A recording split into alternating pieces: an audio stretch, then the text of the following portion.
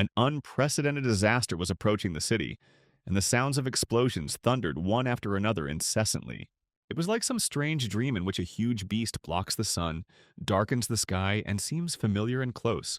The man stood next to the monster and thought that everything seemed so strange, as if he and the monster were one. It was as if this huge monster was subordinate to the man, as if it were a part of him. He looked at the monster, watching his every move with enviable confidence in his eyes. And then a stream of fire burst from the monster's mouth, incinerating everything in its path, destroying buildings and people. Civilians ran restlessly through the streets, seeking shelter from this unprecedented disaster and feared that this moment might be their last. The man sat on the roof of the building and thought that the world honored him as if he were God himself. The huge monster behind him made the observers tremble with fear with its very appearance. The news was full of reports from the scene, saying that a huge monster had appeared. To the sounds of the report, a man with a bloody hand came to on an office desk. He couldn't open his eyelids, but he immediately realized that he was not in his own body. Then the little iguana opened its eyes and looked at the man lying on the table. At that moment, the man realized that he was in the body of an iguana, and next to him was someone with a bloody hand. He jumped in realization and mentally cursed at the fact that he had turned into a marine iguana. His former name was Chen Su, a second-year student at Ning University. The young man rented a place to live at his own expense because living in a dorm did not seem like a good prospect. And he also liked cold-blooded animals. One day, a new batch of exotic pets arrived at the pet store, and his gaze was immediately drawn to a marine iguana. The animal looked cute, but looked at people with caution. Usually iguanas were affectionate, but this time something went wrong, and the iguana attacked him. The animal bit the young man on the arm, leaving a bloody mark from its teeth. But the young man did not lose his composure and raised his other hand with the phone in order to knock the pet off his hand. The next second, he hit the iguana on the head, and it finally left him alone. But for some unknown reason, immediately after hitting the iguana, the young man felt pain in his head, as if he himself had been hit. From such a sharp blow, he fainted, but now, having woken up, everything has changed. He opened his eyes, and his consciousness finally moved into the human body. The young man decided to test his theory and raised his hand up, after which the iguana also raised its paw. Chenchu looked at everything that was happening in shock, as he was able to control the lizard's body as if it were a puppet. He compared it to something like a golden finger, and thought that perhaps he was starting his hero's journey. And then his thoughts returned to the right track, and Chenchu began to think about how to sell the iguana more profitably. And all because he couldn't believe that he was destined to be a hero. Because he didn't get any cheats and no system appeared in front of him. All he was left with was a small lizard stuck in a room with no way it could do any serious damage to anyone. Night was approaching the city, and the lights in the windows of the houses opposite were gradually beginning to come on. Chenchu thought that he hadn't eaten anything all day and he should also feed the iguana. The young man looked at his pet and thought that the iguana would be satisfied with regular meat. He found a pre-cooked steak and opened the package, getting ready to start cooking. It turned out that Chenchu was skilled in using a knife and other kitchen utensils. And just a few minutes later, a well-cooked steak stood in front of the iguana. Looking at the animal wolfing down the food, Chenchu thought that he was right about it not being picky about food. Suddenly, the idyll was destroyed by a system announcement that said that after eating, the pet received 5 evolution points. His card in the system also appeared in front of him, where his characteristics, traits, and talent for mind control were listed. Chenchu was shocked by what he saw before him. He wanted a system, so here is a system. Then he turned the page in the system ad and read the iguana's specifications. It said that the iguana needs 200 evolution points to reach a new level. The young man immediately remembered how they tried to train him in martial arts as a child. He was then told that the root of his strength was in his legs, and therefore he needed to adopt the correct stance to strike. Little Chenchu, not being prepared for such training, asked his father to take a break. But the man was adamant, so he said that only cowards give up halfway. Chenchu gathered his strength and declared that he did not want to be a coward. Within minutes, he was running laps around the stadium, his father shouting at him to move his legs harder. While running, the boy became so tired that he didn't notice how he tripped over a pebble lying on the road. He fell and hit his shoulder painfully, sliding along the ground for several meters. He no longer had the strength to run any further, so young Chenchu didn't even try to get up from the ground. His father came up to him and told him to get up because no one would give him a helping hand in his adult life. This memory was interrupted and switched to a new one, where Chenchu, already a little older, was taking the box from his father's hands. His father gave him all his savings and told him that he had to go on a long journey, so he would walk the rest of the way himself. He asked the boy not to neglect his martial arts training because the world was not so kind and good. The boy with tears in his eyes asked his father when they would meet again. and he said that they would meet when he became a great master, although he then pulled himself up short, adding that if, of course, he was still alive by that time. These were the last parting words from his father in the boy's life. Chen Chu clearly remembered the day his father walked out of their apartment without any extra luggage. The wooden door slammed behind the man who never appeared in the boy's life again. Looking at the photo of him and his father hanging on the wall, Chen Chu thought that it took him 10 years to realize everything. His thoughts were interrupted for a moment by the contented sigh of a well-fed lizard. Chen Chu looked at his pet and thought that he was eating very quickly. And then something about this iguana caught his attention. Light streaks of light spread across the small animal's body like lightning, and Chen Chu thought that the iguana was growing. The young man looked at the system screen again to make sure that the food had brought the iguana 15 evolution points. After rereading the statistics a few more times, the young man looked away, distracted by something. There, in the reflection in the mirror, he saw himself. But now his body seemed to look different. He became convinced that his body had not been so fit before, and the glasses the iguana had received were affecting him as well. Chen Chu thought that if the iguana scored more points, it would be able to evolve, perhaps even grow as huge as in his dream. Remembering that dream, a huge monster immediately appeared before the young man's eyes, blocking the sky. Chen Chu thought that if things turned out like this, he would become a great martial artist. The next day, the first thing Chen Chu did was go to the market to stock up on food for the iguana. He paid for his huge order with a card by placing his phone on the payment terminal. Looking at all the meat and food he had loaded into the trunk, the young man hoped that it would be enough. Chen Chu slammed the trunk shut, still wondering if his actions were correct. Having parked his car near the house, the young man carried out all the shopping bags one by one. All the shopping took up a good half of the day, so he returned home after noon. Chen Chu immediately prepared several simple dishes and placed them on the table in front of the iguana. The young man thought that the more his iguana ate, the faster he would become a master of martial arts. The animal looked at all the dishes in front of him with fascination in his eyes and was ready to start eating. After finishing the meal, the iguana began to grow again, and Chen Chu, having analyzed everything, thought that the pork was not as good as the beef. Chen Chu thought that in the future he would need to change the iguana's diet a little. He stretched and decided that next time he would take more beef. After feeding his animal, Chen Chu went to the training room to hit the punching bag. As he struck the punching bag again, he was surprised at how much force was put into it. The poor equipment was crushed under the onslaught of the young man's strong attack, and he was perplexed. The system issued a notification that after intense training, his experience had increased by 5. After 2 days of such hard training, there were already quite a few dents left on the punching bag. Chen Chu thought that the feeling of his strength growing after training was amazing. He swung his arm, preparing to deliver another merciless blow to the punching bag. And after this kick, the punching bag inopportunely broke in the middle. Now the system characteristics said that his pet was only 5 points short of evolution. The young man looked at the statistics a little more and thought that from the perspective of traditional martial arts, he had achieved success. With such indicators, he would have already reached the pinnacle of the martial arts realm. Chen Chu remembered that his father told him that the martial arts fields were divided into 3 types, the pinnacle of which would make him a first-class fighter. The second, Dark Kingdom, could make him a fighter capable of fighting 100 at once. But Transformation, the highest realm, could make him capable of fighting 1,000. There were great martial arts masters in this world whose names were immortalized in history.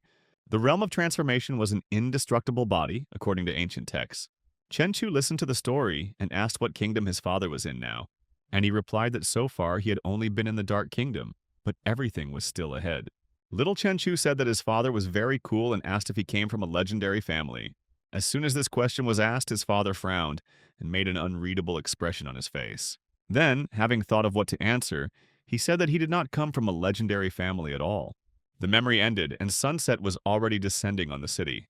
Chen Chu walked into the room with his pet, who was already the size of a sofa, and said that it was growing by the hour. He also noted that after one more meal, evolution would occur, so he hoped that the iguana would not disappoint him. Chen Chu fed the iguana, and the system began to rapidly raise the pet's evolution points. When the number was almost there, Chen Chu thought that he couldn't wait. The iguana finished eating, and the system informed its owner that it was ready to evolve. The next moment, some strange impulse passed through the iguana's skin again, but this time it was golden in color. The next moment, Chen Chu felt the pain that the iguana was also experiencing. The young man lay on the floor, trying to somehow reduce the pain, and several spikes were bursting out of the iguana's back. The next moment, the iguana, shaking in pain, evolved by adding spikes all over its body. She began to rush around the apartment as if scalded, knocking down everything in her path. Chen Chu lay flat on the floor and thought that he didn't know it would hurt so much. Then he noticed something out of the corner of his eye and decided to go check out the situation. There, in the middle of the completely destroyed room, stood his iguana. But now the pogrom did not bother him. Now Chen Chu faces a new challenge, which is to test the iguana's new abilities. He threw some object towards the animal, and the iguana's tail immediately cut it in two. The young man looked at his pet and thought that the iguana now had unusual power. Another pleasant surprise was that after the iguana evolved, his own attributes and physique doubled. Chen Chu couldn't say for sure since he didn't really feel anything because he was still too weak. But as he evolved, his attributes actually grew. And this meant that his strength would also increase in the future, and then he would be able to surpass everyone.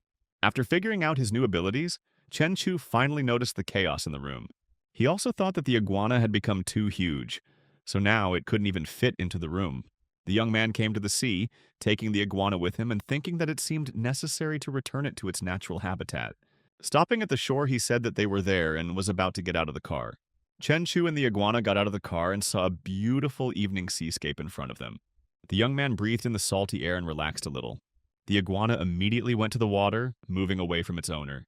A few moments later, her entire body was hidden under the thickness of water. Chen Chu had gotten a little better at his abilities and could now activate his sixth sense. Now he could feel everything that happened within a radius of 10 meters from him. The iguana swam further downstream, meeting more and more sea creatures. Chen Chu, who was next to the iguana, spiritually saw a fish that had 5 eyes. He thought that such a fish would be an excellent target for his iguana and directed the animal there. The iguana approached the strange, frightened-looking fish in a threatening manner. An unequal collision between two animals occurred underwater, and sand rose from the bottom. The next moment, an animal much larger than the iguana appeared from somewhere. But the iguana had no plans to give up, so, deciding not to notice anything, it pounced on the small fish. Chen Chu's pet bit through the skin of some poor fish, and from that moment on it was doomed to die and be eaten. After being eaten, the marine iguana gained 10 evolution points, and Chen Chu gained 1 more to his constitution. Chen Chu thought that after evolution he would get 1 point for every meal, but the mutated fish would give him 10. With the appearance of such a creature in the ocean, it seems that the world is far from peaceful. The iguana noticed another fish and immediately pounced on it, biting into the poor sea creature. The iguana continued to gain evolution points by consuming some fish that brought more rewards. The system reminded him of the daily limit of 100 points, and Chen Chu looked at the underwater world with the eyes of an iguana, fascinated, and thought about how wonderful it all was. Being an amphibian, the marine iguana could survive in fresh water for a long time, but due to the lack of gills, it had to rely on its lungs. Therefore, Chen Chu had to climb to the surface every time to breathe. Having wandered into some cave, the iguana climbed out of the water and looked around. Chen Chu thought that this was a good place to hide, so he was going to leave the iguana here for now. Having figured out the iguana's new place of residence, the young man climbed into the car and decided that it was time to go home. It was night outside, so Chen Chu drove on empty roads with his headlights on. Sometimes he stopped his gaze on some objects flying past him, but continued moving. Having driven into some strange and scary neighborhood, the young man thought that he did not understand how people could live here. Suddenly, cries for help came from some box somewhere very close. Something was clearly happening in the house on the side of the road, and it could not go unnoticed by Chen Chu. The young man thought that it seemed like the time had come to put his powers into practice. Strange men were talking behind the slightly open door of the house about whether the car had left. Returning from their post on guard, they approached the man who was trying to shut up the frightened girl. The leader of this gang immediately pushed the man, saying that he should have put a gag in the girl's mouth so that she wouldn't scream like that. And that man, in his defense, said that it was too dark in that place to do anything. The girl looked at everything that was happening with horror in her eyes, not believing that she could be saved. The leader touched her face and told her to behave well, otherwise he would leave her with his guys for the whole night. Meanwhile, Chen Chu parked somewhere nearby and got out of the car, preparing to jump in. He listened to what was happening inside the building, and a picture of the plan of this house formed in his head. At this moment, his cultivation reached such heights that he saw everything that was happening in front of him, as if the wall in front of him was not there. At the same time, inside the house, the kidnappers sat down at the table, pouring drinks and talking about something. The tied-up girl sat leaning against the wall, trembling with fear. A young man stood by one of the walls, looking now at the girl, now at his phone. Chen Chu thought that these people were armed with 2 knives and that this was human trafficking. Therefore, it was better to deal with them as soon as possible. Chen Chu smashed the door to the little house with one powerful blow, sending plaster flying and dust flying. 2 of the kidnappers immediately took out their weapons, intending to deal with the unknown young man. But Chenchu was faster and hit one of them, leaving the other one to look on in bewilderment. But then karma caught up with him too, as the second kidnapper also received a strong blow to the back. At this time, his partner recovered a little and again decided to raise the knife to attack. But before the blade could even cut through Chenchu's skin, he was thrown aside. Chenchu reacted faster again and attacked the kidnapper first, giving him a beating. The poor fellow flew back a few steps and seemed to have dislocated his chin. Suddenly, someone's hands caught the man from behind and prevented him from completely losing his balance. The young man who had been watching everything before now told his boss to take a rest and looked at the attacking young man. It turned out that this young man was a student of Yu Wen, a martial arts master. Chenchu also introduced himself as Luo Tuan's disciple in order to be on equal terms with his rival. In the countryside, somewhere near the sea, a battle between two martial arts students was taking place. The young bandit attacked Chenchu with new strikes like Tulu's fist.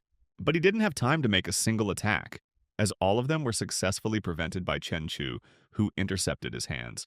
Chenchu also decided to use this as an opportunity to attack his opponent. But the enemy pressed his leg against his, not allowing him to move and using it as a support. The next moment, he hit Chenchu on the head with his fist, causing Chenchu to stutter. Falling but not landing on the ground, Chenchu thought that this man's fighting style wasn't that bad either. The battle continued, and Chenchu, without falling, took a stance for another attack. His opponent's eyes showed confusion as his attack barely damaged Chenchu at all. The next moment, the enemy was launched into the air by a kick that Chenchu had taught his father. The poor guy slid his back across the floor of this building, tearing off his skin in some places. Lying on the floor, he thought that this was all very interesting. The young man said that he did not expect to meet Luo Tuan's disciple when he came down from the mountain. Chenchu interrupted his new acquaintance's monologue with a phrase about what a shame it was. Wiping the blood from his mouth, his opponent looked at him, asking what he meant. And Chenchu continued to say that he never thought that the thug would have a fist technique. According to him, it was a shame that Yu Wen's disciple had taken the crooked path. The man raised his head and looked at Chenchu, about to say something. He laughed and said that Chenchu was too arrogant because he was also a disciple.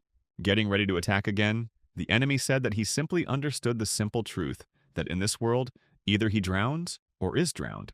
Chenchu noticed that the opponent's fingers were rapidly approaching his eyes and he needed to act. So with just one kick, he sent his enemy flying free again, screaming. The young man landed right on his face, breaking the bridge of his nose and not understanding how he even got to that point. Chenchu thought that the battle between martial arts disciples was dangerous because it required a lot of strength.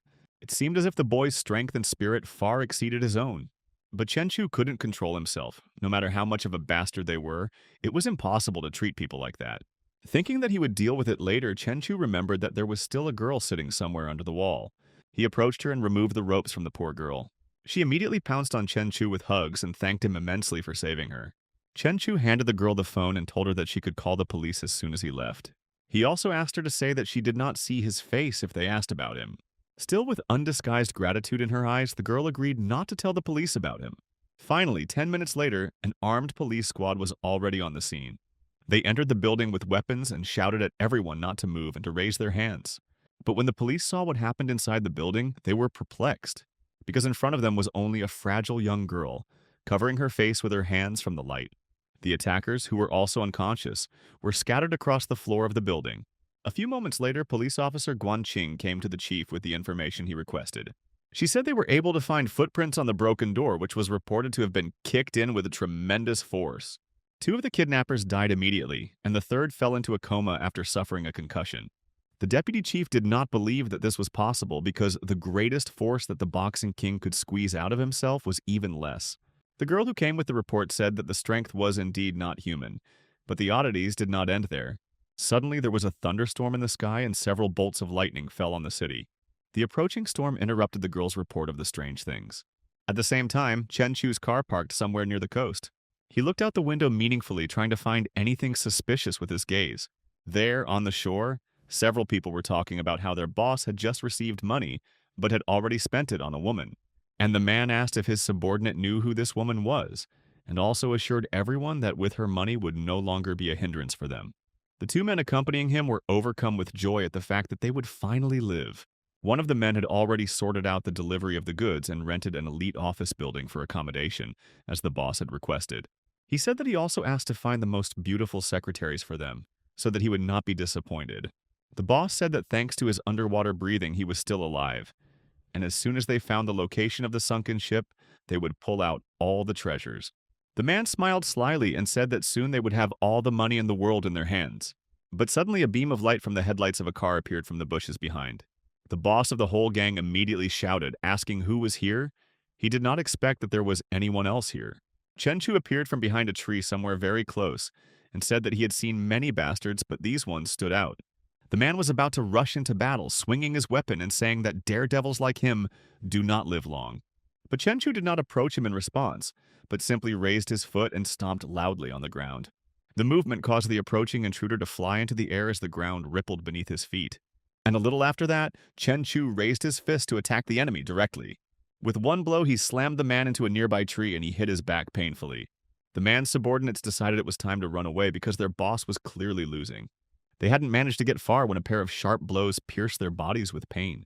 Chenchu turned around and looked towards that strange intruder. The young man turned to the boss of this gang and told him to look him in the eyes. He activated his ability and was about to test his mind control ability. The young man asked the name of this bandit and what he was doing there, and he simply could not resist and answered. He said his name was Zhang Changshu. He was a smuggler, and a month ago he learned to breathe underwater. The man gave away everything about himself. He even said that he raids sunken ships in the ocean and exchanges the loot for money. After a few seconds, Chenchu had heard enough, so he released his control over the mind of this criminal element. He immediately fell to the ground and screamed in pain from his arm, and Chenchu told him that he had broken it himself. The young man couldn't help but be glad that the mind control had affected his judgment as well. Chenchu ordered the criminal to rest and return to the ship, waiting for him there. The young man thought that his ability was excellent, and Changshu, unlike his colleagues, resisted more. A few minutes later, they all reached the ship, the people on which were perplexed. One of them directly asked Changshu who was with him, and he introduced Chenchu as his boss. He also said to prepare a contract for the transfer of this vessel to the possession of his newly minted boss. Only smart and quick people worked on this ship because the contract was ready in just a few minutes. Chenchu turned to a man with glasses and told him to wait for him in the office tomorrow, and then sent Changshu to the hospital. The next day, Chenchu returned to his iguana again, thinking that the ocean was a great place for an endless supply of food. The young man also worked on himself in the gym every day because he could not rely only on the clone to become stronger.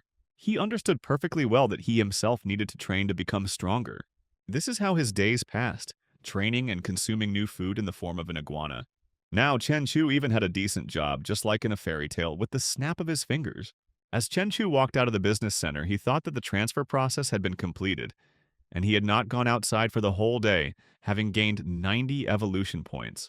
During that day, he learned that he wasn't the only one with superpowers and he needed to become stronger, especially when he knew what was waiting in the ocean. Meanwhile, in the ocean, members of his new group were calmly fishing and talking about how there had been almost no fish lately. They were sailing on a ship and talking about how there must probably be some kind of shark nearby. Meanwhile, under the water, there really were sharks, but these sharks were not vicious. Every now and then, they tried to attack a small-looking iguana that swam nearby. But no matter how hard these sharks tried, everything always ended the same way. As soon as the huge shark grabbed the iguana in its teeth, it slipped out of its grip. And then the iguana pounced on the shark, eating the tender meat and receiving new evolution points. Chenchu heard the system notification that his clone was now ready to evolve, but now he was being given a choice.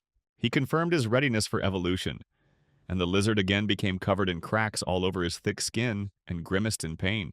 Meanwhile, Chenchu, who had been in the gym the entire time, was also writhing in pain on the floor.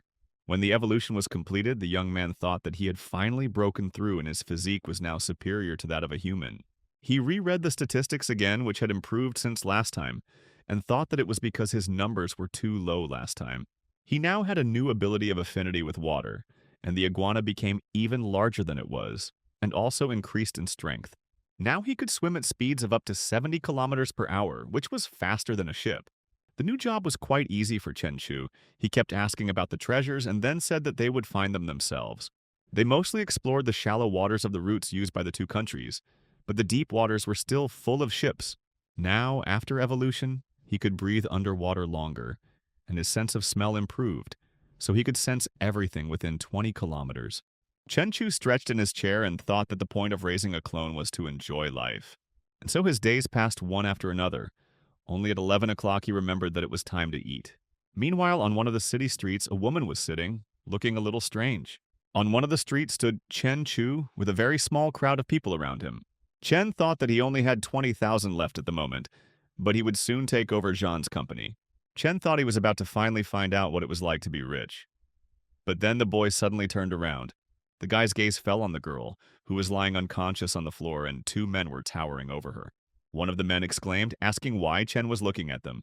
He was about to answer, but Chen stopped, realizing that his passion for martial arts was awakening, so while there was no danger, there was no point in interfering.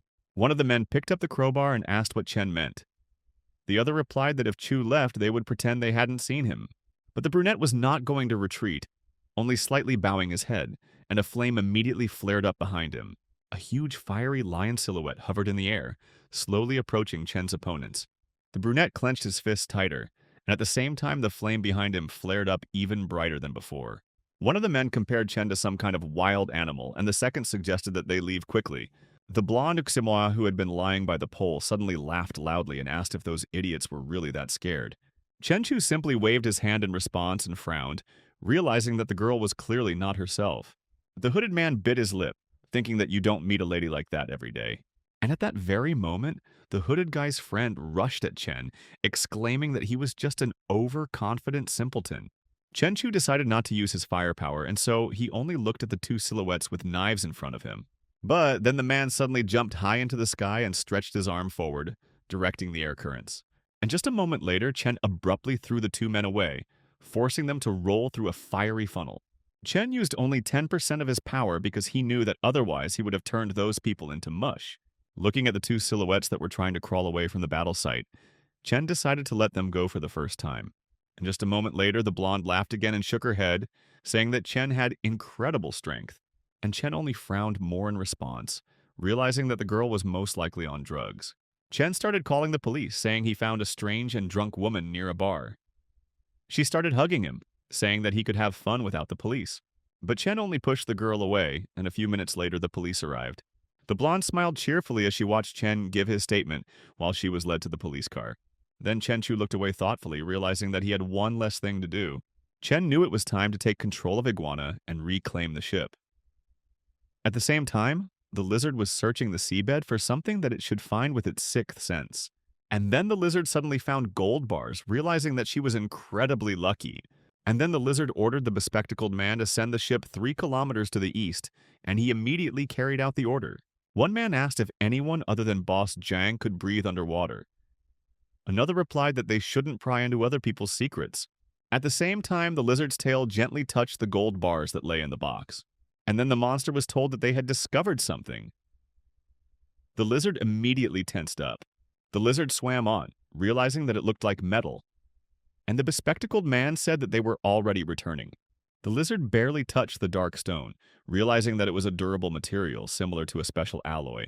The lizard then lifted the stone into the water, realizing that it was worth studying it carefully. But then the lizard suddenly turned around, noticing a huge snow-white monster behind it. The monster put the lizard in its mouth, which did not understand who the monster thought he was, because he was better than him in strength and defense. And after just a few moments, only a few snow-white bones remained in the water, sinking down. Having gnawed the monster's skeleton, the lizard swam on, realizing that the fish was very tasty. A couple of hours later, Chen found himself on a deserted night beach to test his strength. After all, the reefs had eroded and become very hard. Chen understood that he absorbed most of the force of the blow, and his body recovered easily, so he felt almost no pain. Hitting the rocks again, Chen reflected on how his physique had surpassed 200 after evolution. Chen Chu hadn't tested his strength yet, but the stone was clearly at least a ton in weight. He figured he could easily pierce a person through and through. And just a moment later, Chen easily smashed the huge stone into small pieces. Chen knew that the punching bag at home was not strong enough, but if someone filmed him training in the gym and posted it, there would be a lot of problems later. Chen knew, lying on the sand, that only there would he be able to train. And then he turned his attention to his regeneration. But then the brunette's gaze fell on the lizard, which placed a black stone on the sand after emerging from the water. Meeting the lizard's gaze, Chen thought that at first glance there was nothing special about this ore. Chen thought that the metal was heavy but very brittle, so it would make a good material for weapons. But with his skills, it was unlikely to be possible. Then Chen looked away, deciding that he would be better off focusing on the gold he had found. Chen Chu approached the man and asked where everyone was. He exclaimed that they had succeeded and that the staff was on the ship. Chen picked up a gold bar and his employee asked how much money they had collected. Chen squeezed the ingot and said that there was no marking on them, which meant they were minted differently and therefore they would not be able to sell them. After some time, the guy saw the city center before his eyes where life was in full swing. Chen asked the girl at the counter if they accepted gold. She asked if the guy had earrings or rings. Chen smiled kindly in response and showed a bag of gold bars, saying that he wanted to sell them. In response, the brown-eyed girl smiled awkwardly, saying that she should introduce Chen to the owner. And then a man approached them and asked if he could find out Chen's name and how much gold he wanted to sell. The guy introduced himself and smiled again, pointing to the bag and saying that he wanted to sell everything. The owner bowed in response, saying that it would take time to verify the authenticity of the gold, so Chen should wait. Chen decided not to object and simply waited for his money, sitting on a comfortable sofa. The owner said the bars weighed 11,000 grams and they offered him 400 yuan per gram. The guy now had about 5 million in his account. Sitting at the car, Chen thought about how he had easily earned millions while his peers were still studying. Then Chen barely exhaled and grinned, thinking that all this even sounded incredible. But then Chen decided that he would first buy himself a car, because the bumpy roads were terrible to drive on. After some time, Chen found himself in a luxury car showroom where everything seemed to be shining. A store employee stood next to Chen, looking at the cars around them. A few moments later, 2 more visitors came in, and the employee immediately bowed respectfully. The new clients turned out to be a young couple, which Chen was very surprised by looking at the girl's silhouette. Chen recalled that this girl was his ex, whom he had previously tried to please in everything, but she was chasing money, having fun with rich people. The girl hugged her boyfriend and said that Chen was a loser who used to be his lover. He asked what this poor idiot was doing in the car dealership. The man behind Chen immediately became furious and asked how they dared to talk about him like that. But Chu stopped him. The girl said that it was stupid to forbid him from telling the truth to his face, because Chen couldn't even pay for his own education. The girl approached the red car and exclaimed that she wanted it. The guy exclaimed irritably that they should check everything first. The guy understood that he needed money to impress women, but he was not yet ready to buy such expensive cars. Meanwhile, Chen Chu stood in front of the white car, realizing that he should take it. The employee said that such a car would cost 2 million yuan. The guy's ex immediately turned around. Noticing their gazes, Chen Chu suddenly chuckled and said that he would pay everything in cash. The ex blushed, not understanding why Chen was willing to pay for such an expensive car. The girl's boyfriend said that Chen was just bluffing. The girl reminded him that previously Chu could only afford noodles for weeks. This couple couldn't understand how a poor student could afford to buy a premium car. The girl's boyfriend smiled mockingly, asking her to stop putting on a show since the payment wouldn't go through anyway. The guy with glasses asked what would happen if the payment went through. The other guy said that he would then call Chen Daddy. The girl also smiled mockingly and quietly said that it was really just a bluff.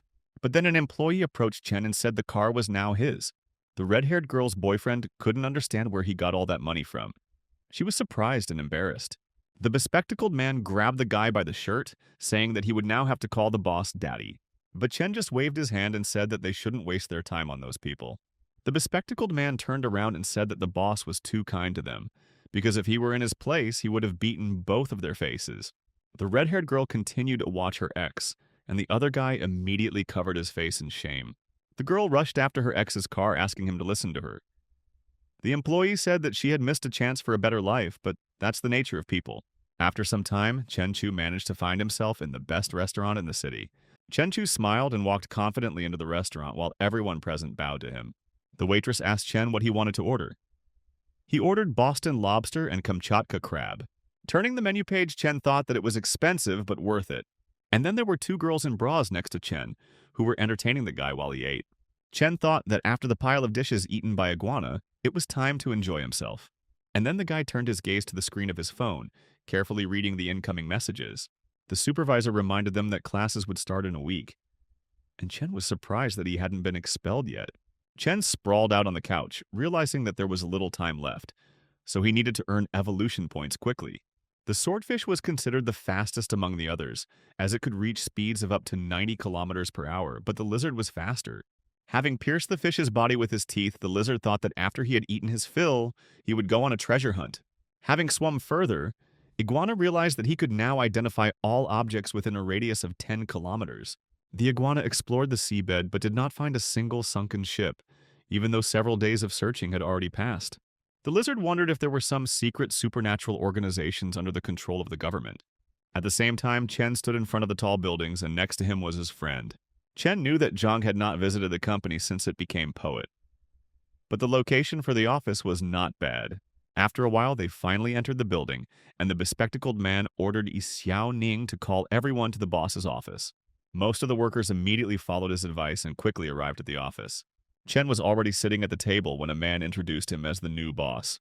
The girls immediately noticed him, considering Chen an ambitious and handsome young man.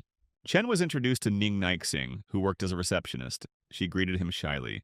The pink-haired girl placed the cup of coffee on Chen's desk, smiling softly.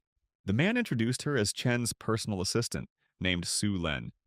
But Chen didn't pay any attention to her. After reading the documents, the brunette thought that the company had proven itself well, and its monthly maintenance cost hundreds of thousands of dollars. Chen smiled and asked everyone to return to their duties, and John Su was to take care of the ship. Chen leaned down, realizing that the mind control effect was stable, but not as reliable as he would like. Looking out the window, Chen thought that he was simply using the clone to hunt, and therefore, without doing anything, he was becoming stronger. Then the man just smiled slightly and drank his coffee, realizing that this was a wonderful feeling. At the same time, the monster began to attack some fish in the water again, tearing them to pieces. The iguana could cut through the bodies of underwater monsters and fish with just one blow. The lizard chased the fish, realizing that if it weren't for the external force field, he could have suffered, and the number of ferocious mutated creatures was growing. The lizard then began to devour the head of the mutated fish, realizing that this victim was different from the others. Then Chen's body flashed red and his muscles and bones became stronger. Even the power increased tenfold. And at that very moment, the lizard swam away from the fish's corpse, hoping that there was only one such creature. At that time, a female employee sitting in the main office asked Len if their boss had a girlfriend. Su Len asked if the girl really wanted to hit on the boss. In response, she became embarrassed and covered her cheeks with her hands. And at that very moment, a certain man came into their main office and asked if they had finished. Chen walked out from behind the door, having heard the entire conversation, but deciding to pretend he hadn't heard anything to avoid any awkwardness. Chen straightened his tie and suggested that they all go out to dinner together since they had worked so hard all day. And after some time, Chen brought all the girls to the restaurant. And they were talking about the guy's generosity. The bill came to $50,000, and Chen decided to pay for the entire dinner himself. The girls wondered if the boss was throwing money around like that, then who were his parents? Chen said he had some business to do that evening, but he would drive everyone home after dinner. The girls thanked him. And already at night, the boy found himself on the beach again, hitting stones. He thought that the sea breeze calmed him down. During this time, Chen did not stop his training, so his physique and strength are better than that of an ordinary person. But the stronger Chen became, the harder it was for him to hold back, so he had to train harder. But then the guy's gaze suddenly fell on a boat that had risen into the water not far from him. A man on the beach asked if the other guy didn't trust him. The guy exclaimed to the boss that money first, then goods. Chen hid behind a rock, realizing that those men most likely had weapons, so he needed to be careful. The men began shaking hands, saying that this was an excellent product, and they looked forward to further cooperation. The blonde asked Chi to be careful because things were going badly. He replied that even if the deal fell through, no one would know. And a few moments later, the silhouette of a man appeared in the sky, pushing off from the trees. Chen managed to knock out two men with just one blow, without them even having time to realize anything. The blonde immediately recoiled in fear, sharply grabbing the weapon in his pocket. When Chen approached him, the blonde immediately pointed the barrel of the gun at him, trembling all over. But Chen Chu managed to easily hit the blonde man, sending his body flying back several meters. Chen Chu stood in the middle of the corpses of men, next to which lay a certain black suitcase. Chen understood that those people had lost their humanity, and so by getting rid of them, he was doing the world a favor. Then Chen Chu suddenly headed towards the boat, which had already sailed far away. The lizard then pushed a small boat, which was quickly rushing along the reservoir. Just moments later, the boat was broken in two, forcing the men to jump overboard. All crew members began to slowly approach the ocean floor, following the wreckage of the boat. The lizard swam past them, carefully watching each member of the crew. But the men managed to notice the monster and quickly surfaced, swimming to the shore and begging for help. One man flew into the air and begged his boss for help, but he only winced. And the lizard ate the man.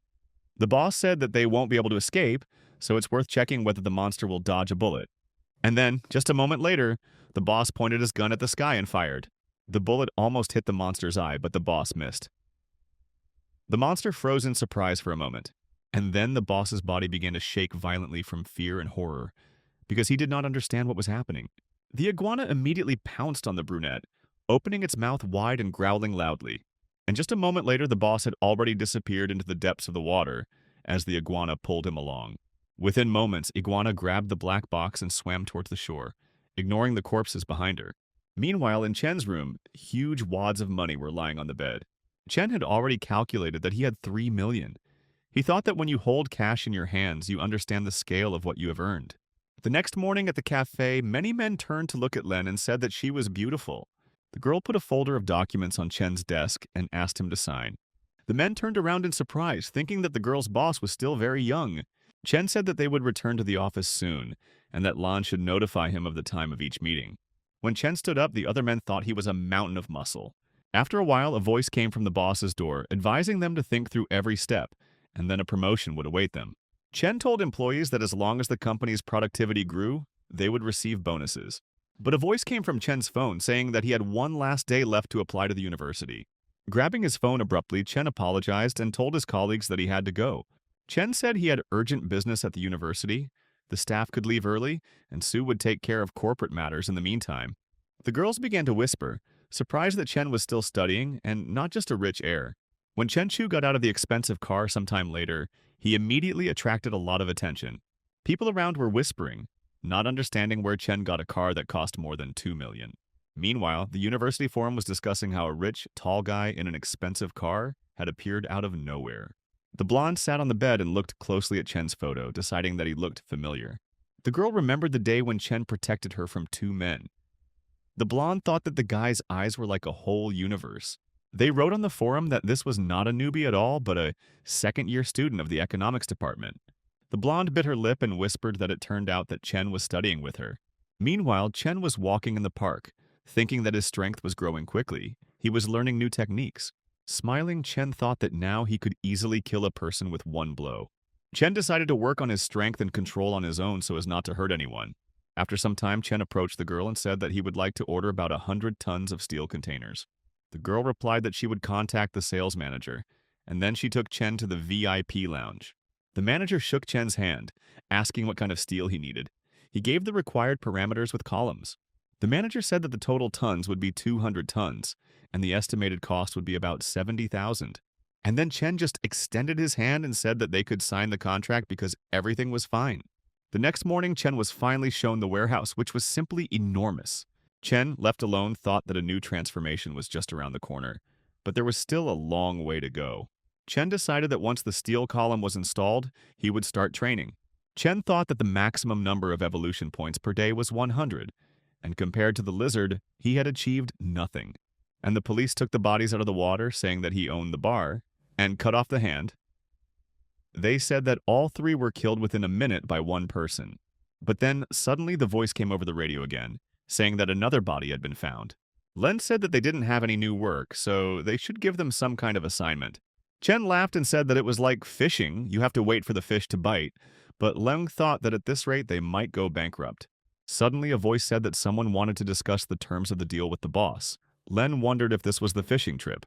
The man came in and asked where Zhang was, and Chen replied that the staff and Zhang himself were now under his command.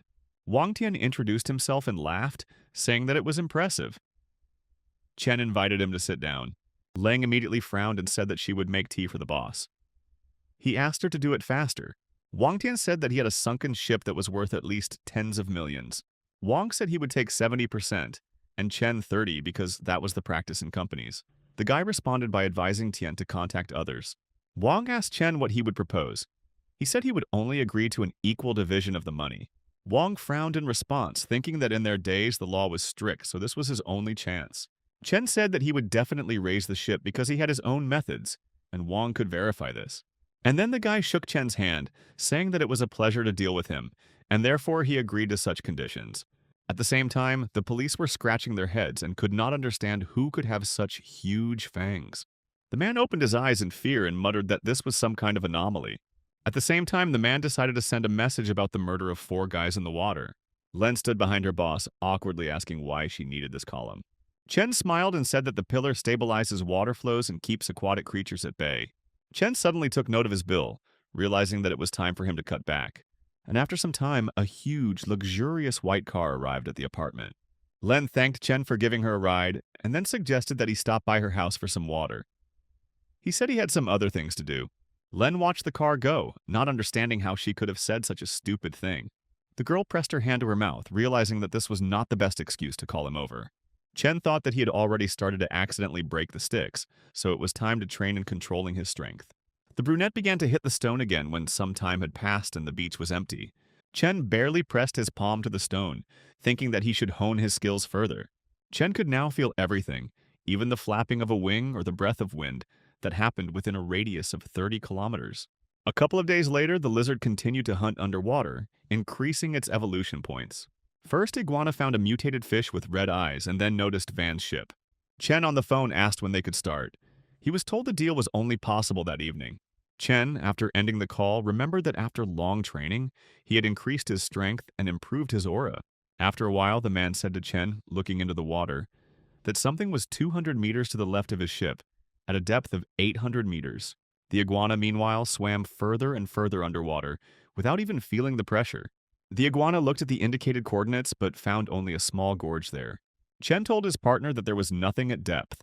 The latter asked in bewilderment how he had checked so quickly. The man looked at the radio in bewilderment and wondered how Chen had checked such a large area in 20 minutes. A man told the boss that the location had not changed, so it was worth moving to the east. The iguana immediately changed its location and headed towards the specified coordinates. Swimming into the distance, the lizard could easily follow everything that was happening around it. Looking into the distance, the lizard suddenly grinned, happy about the discovery it had finally made. And after some time, Chen's partner's assistants pulled a huge black box out of the water. Having retrieved the treasure, the boss was informed that its estimated value was around 30 million, and that selling it privately could almost double the amount. Chen, who was still in contact with his boss, heard this too. He said he would just take his share of the money. A couple of days later, the boss said that they had a total of 23 million, and then added that he would contact Chen again later. Chen placed his hand on the stack of money, realizing that even though the financial problem was solved, he still had to train until the bullets and grenades no longer affected him. Li Tian introduced himself as Chen Chu, saying that he was the deputy general manager of Tianhong Company and also a friend of Wang. He said that he would like to offer the young man cooperation, but Chen Chu replied that it would be better for them to discuss everything tomorrow. Then the secretary entered the office and informed Mr. Li that she had the boss's statement in her hands. Thinking that they really should meet tomorrow, Li Tian left the office. The girl sitting in the office looked at Li Tian's retreating figure and said that he was very young. According to one of them, he had the same surname as Chairman Tianhong, so perhaps they were related. The girls were talking about how amazing it was and how good it must have been to date someone like that. At this time, Chen Chu was rejoicing, thinking that even the son of the richest man was interested in sunken ships. Then he went back into his amphibian form and thought that he had just caught a large, expensive fish in the sea. Moreover, he caught not just one fish, but two. And now he was storing them in a warehouse. The slaves were worth over $10 million, and their meat didn't taste all that special. Chen Chu stood in front of a huge container of ice and fish, and didn't understand why people were willing to pay so much money for it. The next day, during another training session, Chen Chu was informed that young Master Li had been waiting for him for a long time. Indeed, the rich man's expensive-looking yellow car had been parked outside the company's office for several minutes. Chen Chu and young Master Li were discussing the fact that one of them had the exact location of the sunken ship. Chen Chu became interested in the proposal and offered the young man to split their spoils in half. Judging by the way this young gentleman agreed to everything, he was not chasing the treasures on board at all. Chen Chu decided to ask if this young man knew anyone who ran a high-class seafood restaurant. Hearing that Chen Chu had expensive fish, Li became interested and said that he had a couple of contacts.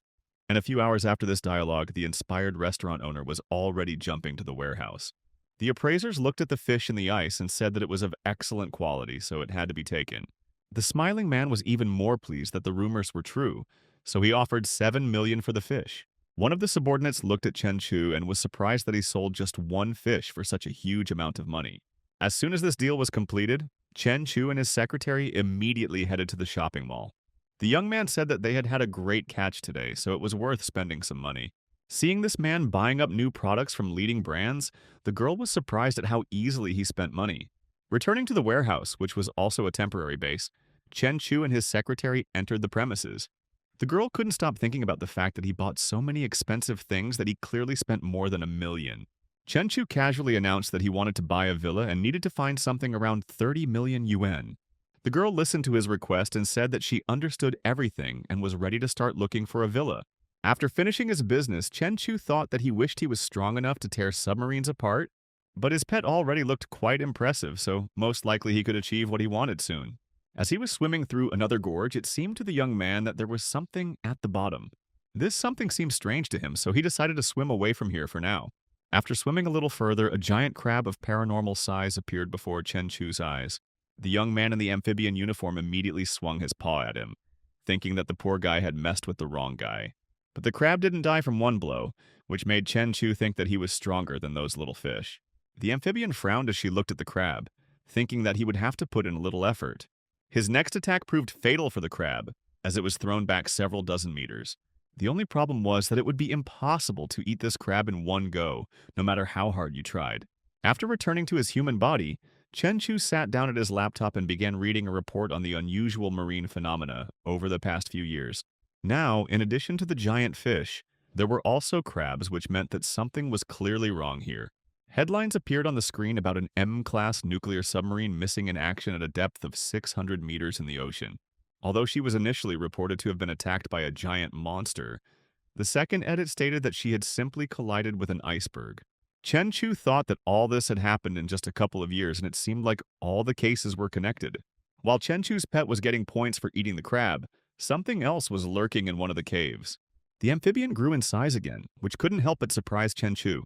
The young man thought that his physical condition had increased again, and that his bones and muscles felt different. Now even bullets could only scratch him, and his defense and reaction speed were beyond human capabilities. The next day, the young man went to the Xinhua bookstore and leafed through the books, trying to find something. This world was not as simple as it seemed before, so reading and learning was always useful. The two girls who were watching Chen Chu were talking about how they needed to ask for his contact information. At this time, Chen Chu was busy thinking that one could only advance through training. After finishing choosing books, he returned to his training room, where he again hit the punching bag. Suddenly his phone rang, causing the young man to tear himself away from his work. His employees called to announce their arrival. Chen Chu asked to send him their location. They told him on the phone that they had found gold and some broken porcelain. And then the subordinate also told him that if Chen Chu found the black box, then everything else on the destroyed ship would become Chen Chu's property. The young man thought that the gold alone would cost 20 million, so what kind of precious box was this? After opening the box, Chen Chu realized that it was just a pile of black mud, and it was unclear what his subordinate was going to do with it. After bringing the box to dry land and delivering it to the recipient, Chen Chu left, and the man opened the box containing the mud. Seeing that there was nothing there but dirt, he grabbed his head and screamed something about his elixirs. At the same time, several policemen surrounded the body of some unfortunate person. One of them thought that all the killer's victims were bandits without families, but physically strong. The senior police officer asked So-jun to write a report and shut down all the entertainment venues in the city. A little later in the night, another unfortunate victim was found, whose blood was now being drunk by the killer. The policeman, having received a call about the incident, was perplexed because 4 more people had been killed. Chen Chu was training at this time, happy that he had already made great progress in Bajiqiong and Xinyiqiuan. He received a new martial arts technique and decided to call it the explosive fist. The next day, as soon as the sun rose, a group of people already went fishing. The sailor was happy that he had finally caught a fish after such a long chase after the school. But his joy did not last long, because his comrade reported to him that a hole had formed in the center of the net, and the fish were escaping. At this time, underwater, the amphibian was thinking about how dozens of fish could be caught in one bite. The sailors pulled a completely torn net out of the water without any fish, and did not understand what kind of monster or divine creature could have done this. A few hours later, Chen Chu received an invitation to a beautiful place from Mr. Lieutenant. The place turned out to be the elegant Mengluo Pavilion, which had not yet been closed by order of the police. At the entrance, people were greeted by a beautiful, lovely girl, an employee of the establishment. The man accompanying Chen Chu asked if anyone had reserved the Yunxiao Hall. Eventually, the men moved into the hall to eat and enjoy the show. It didn't matter that the king neglected his duties because such places were ideal for immersing oneself in the atmosphere. After the get-together, Chen Chu was returning home in his car through some forest. He felt uncomfortable because of the aura and thought that someone was on his tail. The young man thought that he felt the same way as he did that night when he was chased by the giant lizard. But after a few seconds, the pursuers showed up. It was just a couple of people offering him a competition. All that was left to do was to hiss and leave the scene of the incident as quickly as possible. Chenchu's car flew off the slope and drove in a different direction from those people, as the youth still felt that aura somewhere nearby. Two people said that that turn was crazy. Was Chenchu trying to kill himself? The young man thought that at such a speed even faster cars could not catch up, but that aura still haunted him. Thinking that he wouldn't be able to figure everything out so quickly, Chenchu came to the seashore. He felt someone's presence and told that person to come out. A girl appeared from behind a tree. She said she was just swimming in the sea and someone took her clothes and then asked them to give her something to put on. But Chenchu at this time had already attacked the strange girl without giving her a second to think. The young man's face immediately showed bewilderment at what he saw in front of him after he had carried out a successful attack. A cloud of dust rose, but it was not the most frightening thing around now. That girl turned out to be some kind of strange monster with 4 arms and skin the color of a dead person. She introduced herself as Yin Xiao and said that she was a more perfect version of a human. The girl clearly intended to eat Chenchu, underestimating his fighting power, and he was already preparing to defend himself. He swung again while the girl was talking about how this would be enough for her to complete the first stage of evolution. But Chenchu said that since she wanted to eat him so badly, he would see if she could deserve it. As a result, with one blow he managed to neutralize his opponent, and she was left lying on the ground in confusion. But then the creature in the form of a girl suddenly disappeared from the place where Chenchu was hitting. He hit the trees around him and it seemed to cause the creature some pain. Therefore, the young man realized that it could merge with tree roots and rocks, but every time he attacked its weak points, the aura would weaken. Within moments, not a single intact tree remained at the site of the battle. Chenchu stood over the body of the monster, motionless and tired from the long battle.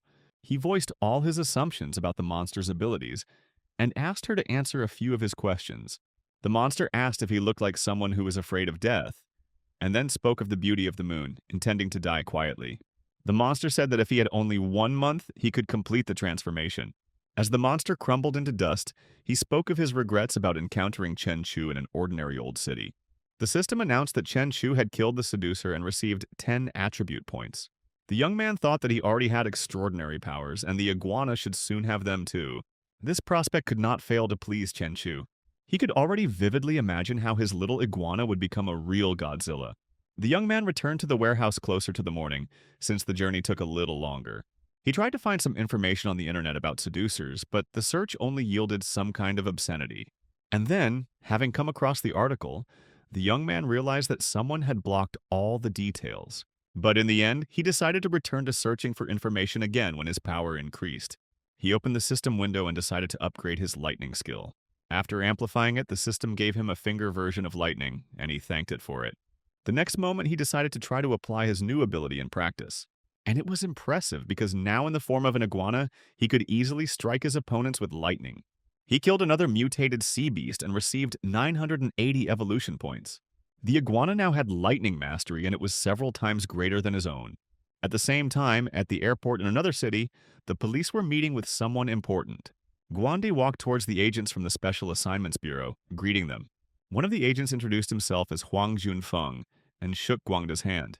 The second one also introduced himself and immediately asked to get down to business and show them the body of the murdered man. Guandi also didn't want to delay, so he immediately led 2 special agents to the morgue. The man lying on the table died last night, and 4 days before that, 4 people mysteriously died on the same night. The special agent used some strange force and put his fingers on the deceased's forehead. Guandi stared at him in confusion, and the agent continued his strange trick. The agent's colleague said that the aura had disappeared, so the man's killer was probably already dead. The killer of that very same killer was currently training again in his gym. He thought about how, not long ago, a girl had invited him to come up to her house for tea, but he had declined. The young man could not agree since his strength was so great that he could accidentally break everything in the poor girl's apartment. The next day, Chen Shu finally came to see the villa that his secretary had found for him. The seller told him that the full price was 34 million, but Chen Shu said that he would buy the villa for 25 million. At that very moment, as if inopportunely, boss Chen Shu received a call and was informed that someone had been attacked by a monster. By this time, the 2 agents had finally been placed somewhere, and they went out onto the roof of the building to get some air. The men discussed the fact that no suspicious activity had been reported since the previous night. They came to the conclusion that it would be better for them to stay in this city for now and observe everything. The senior warned the junior agent that he should train to be prepared for the apocalypse. Still, the professor predicted that the next oscillation of space would be 10 times stronger than the previous one 20 years ago. The most important thing now was to improve their capabilities in anticipation of this in order to repay the country for caring for them. Underwater Chen Chu, in the form of an iguana, finally found something worthwhile but accidentally broke a lot of porcelain. Having returned to his human form, he immediately went to see how much he could sell all his finds for. He did find gold, so it must have been worth at least a few million. He was pulled out of his thoughts by a scandal brewing between his secretary and some man. The man continued to stand his ground and became angrier and ruder with each passing second. One of the cafe visitors saw this and stood up for the poor girl. Chen Chu also decided to intervene in the squabble, saying that he had never seen such an arrogant guy as this man. He just laughed and said that if Chen Chu was unhappy with something, he could attack. The man apparently had not yet realized who he had just gotten into a fight with, so he looked quite confident. Chen Chu flexed his fists and asked the waitress if there were any surveillance cameras in their establishment. The girl immediately understood the hint and abruptly pulled the plug from the cameras out of the socket. The next moment she cried out that she was very annoyed that their cameras had suddenly broken. Chen Chu took this as nothing more than a call to action and smirked. The man who had been so confident before was now not happy to be involved in this. The next moment, one strong blow knocked the man out. Chen Chu waved his hand as if to brush off dust, but that cocky idiot couldn't move. The young man smiled and said that today someone wanted to get beaten up. Having finished with everything, he returned back to his warehouse. What Chu thought about the fact that human life did not even last a century, which was unfortunate. He dreamed of one day breaking down the boundaries between life and death and believed in his dreams. The next day, Chen Chu told one of the secretaries to start managing the company's finances. As soon as he mentioned double payment, the girl immediately agreed. She looked at Chen Chu as he walked away and asked where he was heading, to which he replied that he wanted to sell something. The young man got into his car and headed to another part of the city on this cloudless day. There, in the antique shop, he was greeted by a smiling man named Gao. Chen Chu asked Mr. Gao to help him determine how much the plate he brought cost. He opened the suitcase and asked to discuss everything with him upstairs. The shop owner thought that the plate smelled of the sea, so it looked like it had just been caught. In the office, the man said that the plate was not a fake and that it was part of a set. Chen Chu said that it was indeed a set when he first found this plate, but unfortunately, only this one survived. The antique genius offered to sell this plate to Chen Chu for $4.5 million. Outside, the secretary told Chen Chu that this man seemed the most honest of all the customers today. The young man agreed that the shop owner had indeed made the highest offer of the day. Maybe it was worth selling it to him. But Chen Chu remembered his gaze and still thought that something was wrong here. In fact, the shop owner was reporting to someone that he had found some kind of clue on the sunken ship. He held a plate in his hands and said that it had the seal they were chasing. His boss asked him to dig up more details about the young man who sold the plate. A few minutes later, Chen Chu's entire dossier was in the hands of two men who were clearly up to something. The antique dealer said that Chen Chu was an ordinary college student who suddenly came into money. Du Hong, who was the shopkeeper's boss, thought about whether he wanted to continue cooperating with Chen Chu. In the end, Chen Chu was indeed called again and asked to fill out a form. Already at home in bed, the young man thought that the deal had gone unexpectedly smoothly, but Boss Gao seemed to be hiding something. The next morning, Chen Chu was still thinking about it, but he decided to show up at the college and sort things out. The elevator arrived at the first floor, where someone in a hood stood leaning against the wall. The hooded man pushed Chen Chu from behind as if he was going to attack or kill him. It turned out that he put a pistol to the young man's back and loudly ordered him not to move. Chen Chu didn't want to reveal his abilities at this time, so he followed the kidnapper onto the bus. He played his role on the home front, pretending to be scared and asking where they were dragging him. And they dragged him to a meeting with a certain person, well known in criminal circles. They reported to their boss that they had brought him in, and he was glad that he would finally get to see what kind of guy he was. Chen Chu suddenly stopped playing to the crowd and calmly asked why there were so few people there. Everyone around realized that Chen Chu was up to something, so the boss ordered everyone to grab their weapons. But Chen Chu managed to knock the pistols out of the hands of the unfortunate attacker even before they raised them. He sent several people flying freely around the room with sharp and powerful kicks. And then he grabbed a pistol, now having a good opportunity to threaten the kidnappers. Several people pointed guns at him and ordered him to put the gun down. The boss said that Chen Chu only had one gun, but he himself had two, and the young man was surrounded. But Chen Chu was clearly not afraid of this, so he informed the kidnappers that they were the ones in danger. Then, grinning, he asked them to tell him who was behind them. Despite the response of these guys, he was not going to spare them under any circumstances. So the first bullet went straight to the boss of this group and pierced him. The gang members immediately opened fire, saying that Chen Chu had run out of bullets. But the young man could easily deflect all the bullets flying at him with his bare hands, which is what he did. Clumps of terrifying red aura had accumulated around his body, protecting him from all sides. Seeing that the bullets were not affecting him, the attackers were perplexed. And while they were shouting that Chen Chu had become a monster, the young man was only proud that he had become stronger. Screams could be heard every now and then from a small room in the industrial zone. Chen Chu tried to extract information from his would-be kidnappers about who had sent them here. According to one of the men, it was the director of Longhua's company, Chan Du-hong. Taking the phone from one of the gang members he had killed, Chen Chu dialed the number. He called Du-hong's number and said that he wanted to see him in the evening. Immediately after the call, Chang Du-hong and the shopkeeper Gao began to consult about the fact that the price of 20 million was too high.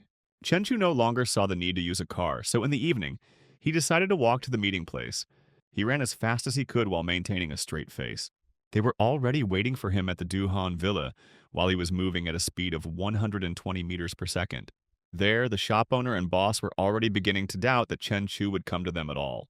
The boss said he had a dozen men with pistols and 24 loyal subordinates, so it was time to get to work. But suddenly all of Chang Du-han's subordinates began to look puzzled and ran off in all directions with the news. The lights went out, so it was necessary to urgently activate the backup power supply. The boss immediately sensed something was wrong and gave everyone the order to shoot anyone who came in, no matter who. But there was no one left to shoot since most of his guards had fallen in the corridors. 2 bodyguards pointed their pistols at the door and waited for someone. The door slowly opened, making a strange creaking sound that seemed ominous in this situation. Boss Chan ordered everyone to open fire at that very second. But Chen Chu was faster, so he was able to deal with all the people threatening him before the first shot was fired. The boss looked puzzled and scared at the incredible speed at which Chen Chu moved. He addressed him as an awakened one and offered him 500 million. Chen Chu said that although the price sounded tempting, he couldn't leave the 2 of them alive after killing everyone else. Realizing the mistake he had made, Boss Chung looked at Chen Chu with a look of doom. He began to talk about how he once entered the territory and saw a man surrounded by fire who descended from the sky. The next day, a huge lake appeared in that place, and the authorities called it the Lake of the Sunken. Chen Chu thought that it was very fortunate that he didn't make a splash back then.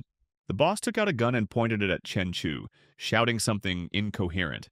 But Chen Chu took this as a call to action, so he immediately attacked both the boss and shopkeeper Gao. After the chaos was over, police arrived at the villa and compiled a report on the 31 bodies found. The policeman guessed that the culprit was Chen Chu, who must also be involved in the deaths of people in the Red Forest.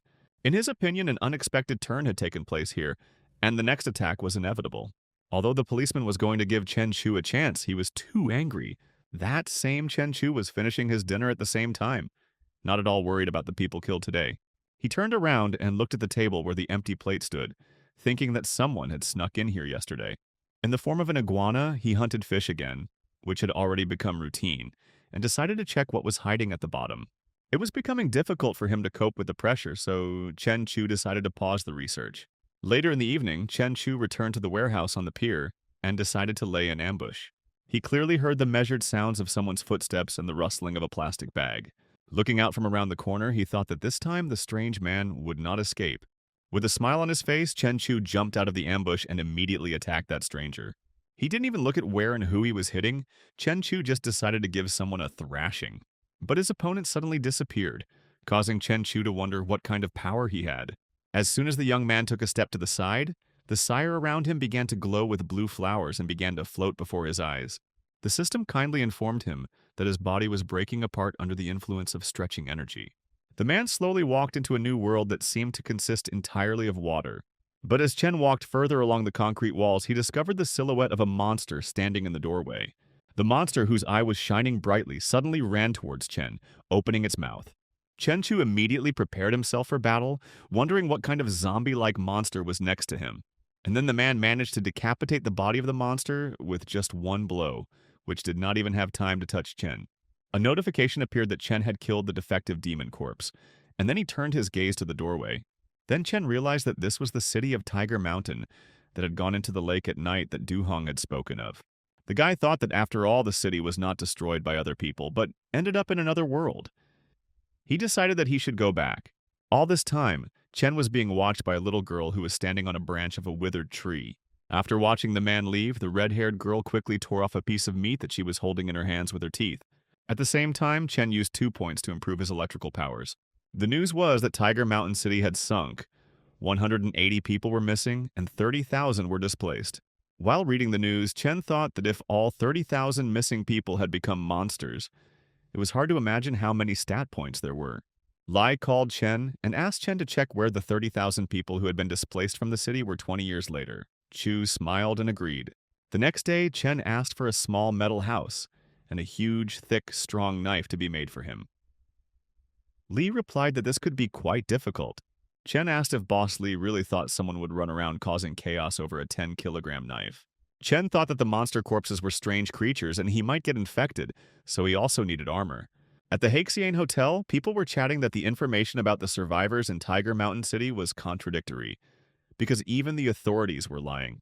Sitting behind the wheel of his car, Chen realized that his suspicions had been confirmed, and 30,000 people had been buried.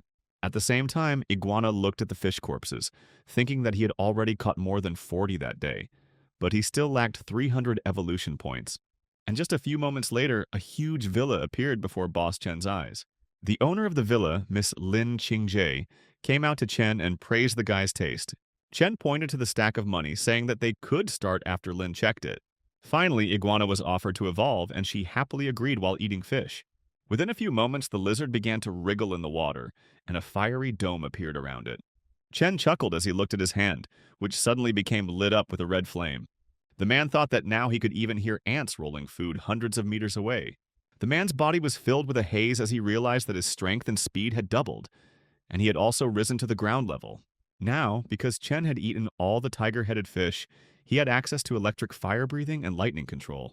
Iguana had incisors on his back, and he had grown to 40 meters in length. He now decided to call himself Godzilla.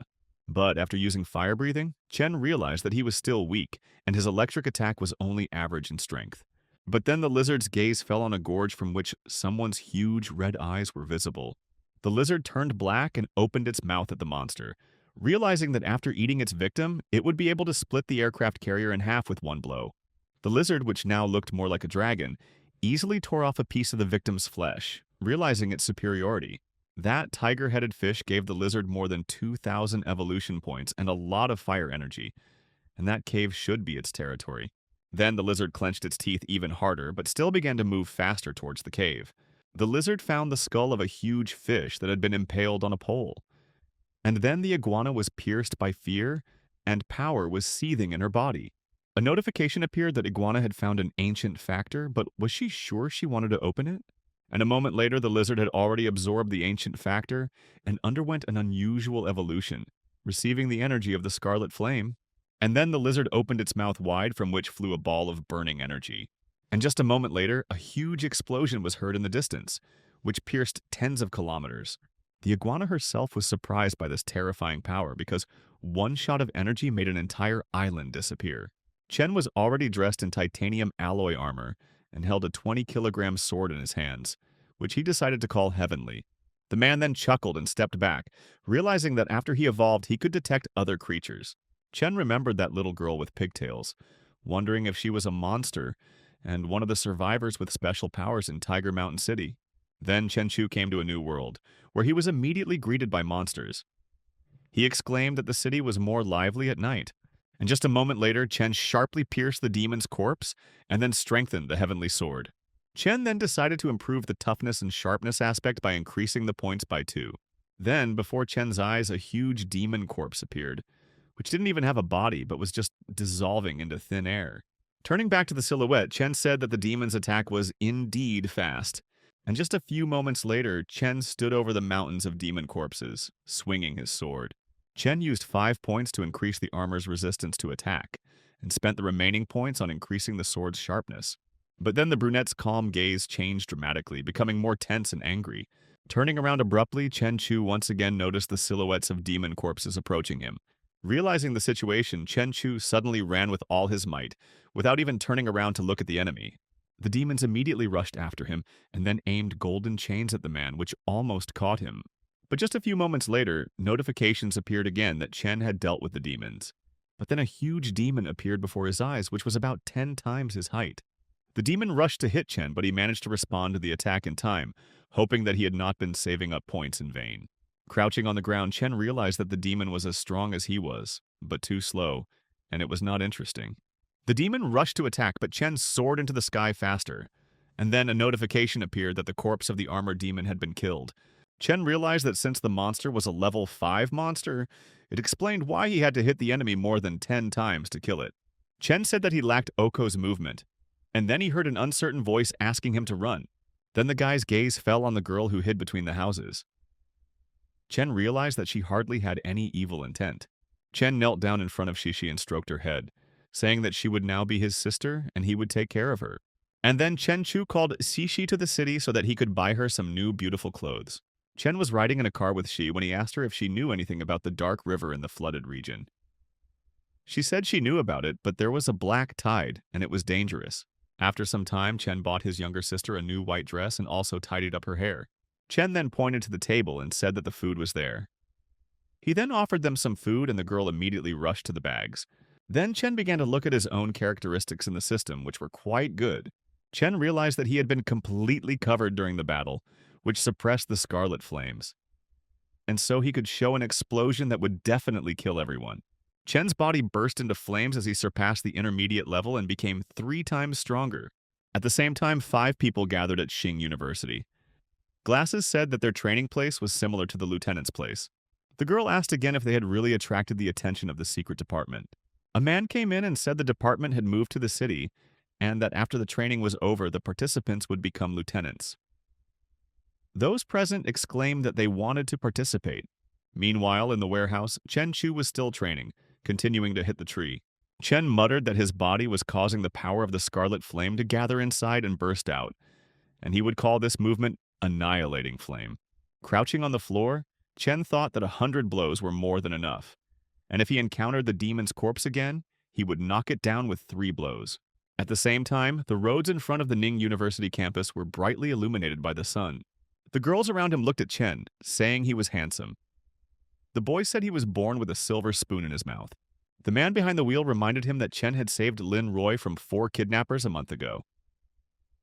The bespectacled man asked again if it was really that important.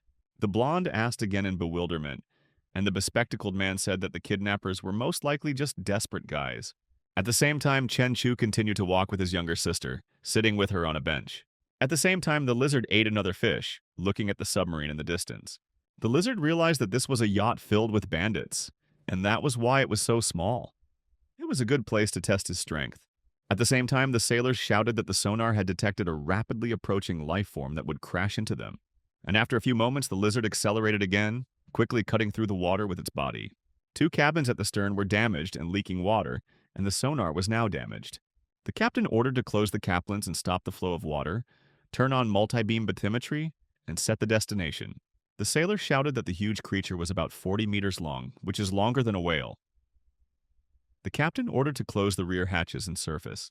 The captain ordered to fire torpedoes and turn on the turbine to maximum power. But the lizard only grinned, watching them. The lizard understood that it had reached a speed of hundreds of kilometers per hour, so the torpedoes would not be able to hit, and the show was just beginning. Then a black submarine appeared before the lizard's eyes, trying so hard to hide from him. And the lizard suddenly hugged the submarine, as if directing it somewhere and ignoring the torpedoes around. And just a moment later, there was a huge explosion underwater, which burned the submarine. The lizard understood that their explosions were not good because he could get hurt too. Therefore, it was worth becoming even stronger. That same evening, a girl who was dancing ballet on stage appeared before the guy's eyes. One of the spectators said that this new girl is one of the 4 most beautiful students because she dances like a bird. The man immediately recognized the girl who was performing on stage, immediately tensing up. CC said that the ballerina was very beautiful. The blonde was dressed in a white dress. After finishing her performance, she smiled softly and bowed to the audience. But suddenly a strange silhouette appeared behind the blonde, who was waving to all the guests. The guy handed Qian Xian a bouquet, saying that he fell in love with her at first sight. The audience began to shout at him to get off the stage. The guests asked the president to stop embarrassing himself. Qin said that the audience would not allow her to agree, but she did not have warm feelings for him either. After some time, the performance ended. Chin met Chen on the street and asked if he remembered her. The girl pressed her hands to her chest and recalled that last month Chen called the police and saved a girl who was high on drugs. Chen said he remembered it, but then asked what Chen was getting at. She immediately blushed. The guy awkwardly walked around the girl, saying that if she didn't mean anything by it, then he'd better go. She muttered that Chen was the epitome of a man born with a silver spoon in his mouth, unlike Wei Jian. That night, Chen wore his armor, muttering that if Shishi's words were true, the dark tide would soon arrive, and so he needed to find a cave. Chen said with a smile that everything on that land would disappear and the cave would be 30 meters deep and 4 to 5 meters high. Moving on, Chen easily dealt with several second and third level demons. Looking at the demon's flaming corpse, Chen asked if he could increase the clothes' resistance to demon attacks. At the same time, Chen was upgraded to the level of unusual demonic armor, which made him invulnerable to ordinary flames. And the lizard at that moment thought that there is little deep water in the Pacific Ocean. It is difficult to find a mutated one, so it is worth hunting on fish farms. Diving underwater, Iguana found a school of fish. Thinking that more than 21 fish should be enough for half a day, Chen fought the monster, realizing that his enemy's blows were faster than even the speed of sound. But then Chen looked up to see the corpse of the demon that called him fresh meat flying towards him. Chen glanced at the demon's corpse, realizing that it was not typical for them to be nimble with a sword. Chen thought about how when the demon held the blade, his hand trembled twice, changing the trajectory of the sword. And then he realized the reason for this. Shouting that it was time to end this, Chen suddenly ran towards the frightened demon. But then a strange face appeared on the monster's chest, smiling, and its eyes were bright red. Jumping up suddenly, Chen used up his massive reserves of fire energy, nearly exploding himself. Sharply extending his sword towards his opponent, Chen decided to use destructive fire. And then the face on the demon's chest stopped grinning, suddenly opening its eyes wide in horror. And then the man cut through the 5th level demon's corpse with one blow, killing it. A notification appeared that Chen had researched the core element of thermonuclear fusion, but he needed to spend 10 points to obtain it. Having agreed, Chen's weapon was enhanced with demonic materials and elevated to an extraordinary level. Then the man swung his sword sharply, and at that moment the sky was filled with red flames. Smiling, Chen realized that he could now combine the power of fire and lightning, creating blasts of energy from his sword. After some time, a huge monster that resembled a spider appeared on the other side of the city. Chen looked at the corpse of the demon, which had mutated to look like a spider. He decided that he had better go back first. In the warehouse, Chen walked out of the portal and Shishi said in a trembling voice that she would close the door. Chen realized that if she could close the formless door, then she had power over space. He hoped that the remaining corpses would not crawl out of the door while he was gone. A notification appeared that Chen can upgrade the warehouse space, but each meter will cost 10 points. Chen took the huge knife, muttering that he was just about to complain about how inconvenient it was to carry a weapon around, but now they had given him a place in the warehouse. In 3 hours, Iguana's body grew another 6 meters, and he himself received more than 500 evolution points, and also ate a delicious meal of fish. The man on the boat called Shan Tianjun, asking what happened to the fish. He said, looking at the tuna carcass, that there was enough oxygen. Then the man noticed the blood that was spilling across the sea, exclaiming that something had happened to the tuna. But the men didn't even have time to do anything, because a moment later the iguana smashed their corral with a blow of its tail. Chen was already at the villa, arguing that he had more than 100 points left, so he needed to increase something. Chen then increased his ki sense from 100 meters to 500 meters, and his moon step now allowed him to remain in the air for a while. Chen was combing Xi's hair when the news reported that a black fog had appeared in the city, covering hundreds of kilometers and causing the disappearance of 50 people. Chen thought that it was like a black tide in Tiger Mountain City, meaning that there would be no more peace in the world. At the same time, a huge submarine was sailing in the sea on Outing Island. The red-haired man asked Sean Benjen how Professor Kant's research was progressing. The scientist replied that Kant had obtained a special substance from the bodies of giant animals, and he had also discovered a method by which the animal regenerates. The mutated man asked if Kant could now create unusual people. Sean replied that they could also control huge animals. They then landed on the island, saying that a miniature nuclear power plant had arrived to them and was almost at its destination. And then they approached a huge biochamber where a huge animal was locked, its stomach pierced. The man who set up the biochamber said that the installation was complete, and they had already joined in to transfer the core energy. Kant said that the energy of the core passed into the body of the beast, and it recovered. He considered the animal intelligent enough to understand the danger of the collar on it and to follow the instructions. Sugimoto stood behind him and, smiling, said that the professor was smarter than Einstein. But the monster began to resist and slowly turn its head as if trying to wake up. Kant smiled madly, realizing that the beast would soon wake up. At the same time, Iguana was watching them. He understood that those comrades were trying to reanimate the animal and therefore must die. And just a moment later, the lizard finally emerged from the shadows, suddenly rushing forward. When a giant lizard rose above the scientists, the order was immediately given to shoot it, otherwise they would die. Kant turned to the frightened Sugimoto, saying that they should go to the submarine. The military tried to defend themselves from the monster by any means necessary, shooting at it and throwing bombs. But the huge lizard didn't care about this because the people's weapons had no effect on it. As Iguana walked further, Sugimoto turned around in fear and almost screamed. The lizard suddenly pulled its head out of the huge clouds of smoke, frowning in irritation. The lizard then walked further towards the military, breathing heavily and pushing the smoke away from itself. The soldiers muttered in fear that they were firing armor-piercing rounds and exploding bullets, which are used in wars. Then the soldiers tried to attack again, but the lizard only became disappointed in the weakness of people. And then the lizard opened its mouth wide, and at that moment the whole laboratory was engulfed in a hot fire.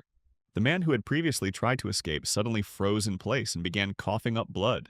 At the same time, Sugimoto was helping Kant climb into the submarine, and the lizard froze for a moment. The lizard turned around abruptly and cast an irritated look with its yellow eyes at the men. A moment later, the lizard was able to easily blow up a boat that was a couple of kilometers away from him. And then Iguana turned her gaze to the huge animal that was still in the biochamber. Looking at it, the lizard herself could not believe that it had actually reanimated. Feeling the terrifying aura around him, the lizard realized that it would be better to just kill him. Then the animal's body was blown up, and before dying, it only screamed that it had just woken up and was not strong enough yet. Looking at the shining corpse of the animal, the lizard decided to absorb the damaged ancient mind. Then a notification appeared that Chen's clone had rested and received 10 points. The guy was surprised, sitting next to Chi. They were sitting in a random cafe when suddenly a certain person called Chen Chu. Situ Chen Chen wrote to him and suggested that they grab a bite to eat the following evening. Chen immediately grimaced, but still answered her that he would pick up the girl at 11. When Chen found himself inside the teleportation door and was running from the monster, he was glad that his 3 swords could even cut down a tank. And then, Chen tore the 4th-level demon's body into pieces with 1 blow, gaining 50 points. But then Chen suddenly turned around and ran in the other direction, sensing something. Then before Chen's eyes there appeared a huge, elongated monster that was striking with lightning. The monster was able to damage Chen's extraordinary defense, and he immediately strengthened it. And then the man suddenly exploded, leaving the monster frozen in surprise for a moment. Then the man jumped up sharply and the monster was about to strike, but suddenly a dome appeared above him. Chen immediately created a wall of energy and then wondered what he should do next. And just a few moments later, Chen cut off the monster's head, receiving 200 points. Chen improved his chi sense and scarlet flame, and was then delighted that the temperature of his fire had increased to 10,000. Chen thought that his attack range had increased to 30 meters, so he could even knock down a dragonfly with a blow. Then a system window appeared, showing Chen Chu's level and other data. Chen sat on the sofa with Chi-Chi, thinking that he had obtained explosive flame for close-range strike and scarlet flame for long-range strike, as well as chi sense various weapons and armor for repelling demons. Chen looked at his flaming hand, realizing that he should practice his resolving strike, sky jump, and electricity control. The next day, Situ stood next to Chen, asking him what he would eat since she would pay for everything. People behind him whispered that the girl could not resist the temptation of a luxury car. Arriving at the restaurant, the guy ordered 2 wildflower dragons for 4,000. In the end, the guy ordered 70,000, and the girl was only counting on 10. Because otherwise that amount would cover her 3 months of living expenses and benefits. Chin awkwardly said that she only took 10,000 and then asked him to lend her. Chen said that she could enjoy the meal since he paid for everything. Chen asked in admiration if Chen had opened a seafood company. She said that she had heard that Chen did not go to school often because of his work. Chen smiled and replied that he didn't go to school because he was busy killing monsters and leveling up. He didn't have time to run the company. Chen asked again if leveling up was like a game. Then she was surprised by the huge crab on their table. Looking at the dish, Chen thought that if the apocalypse came, he would hardly ever be able to enjoy a luxurious meal. After some time, Chen found herself in a strange store with Chen, arguing that she had not expected to go to the lion. Chen smiled sheepishly, realizing that they had spent 100,000 in one evening, and she wouldn't even be able to buy Chen's button with the allowance. Chen grabbed Chin by her clothes and said that they would buy her clothes. She was dumbfounded by such a gesture. They went into the store and bought about 5 bags of clothes, which made Chen feel quite awkward. The cashier recalled that the girl Chen had come with before was pretty, but he had found someone even prettier within a couple of weeks. Chen blushed, realizing that Chen had bought her $30,000 worth of clothes on their first meeting. Was he really throwing money away so easily? Then Chen looked at the guy leaving, realizing that he was not going to take her to the hotel. At the same time, monsters appeared in the hall nearby and devoured people. Chen was able to sense this, and so he frowned sharply, trying to get a better idea of what was happening. Chen turned around and said that he had urgent business to attend to, so he would send Chen back to school. She thought that he had no intentions towards her.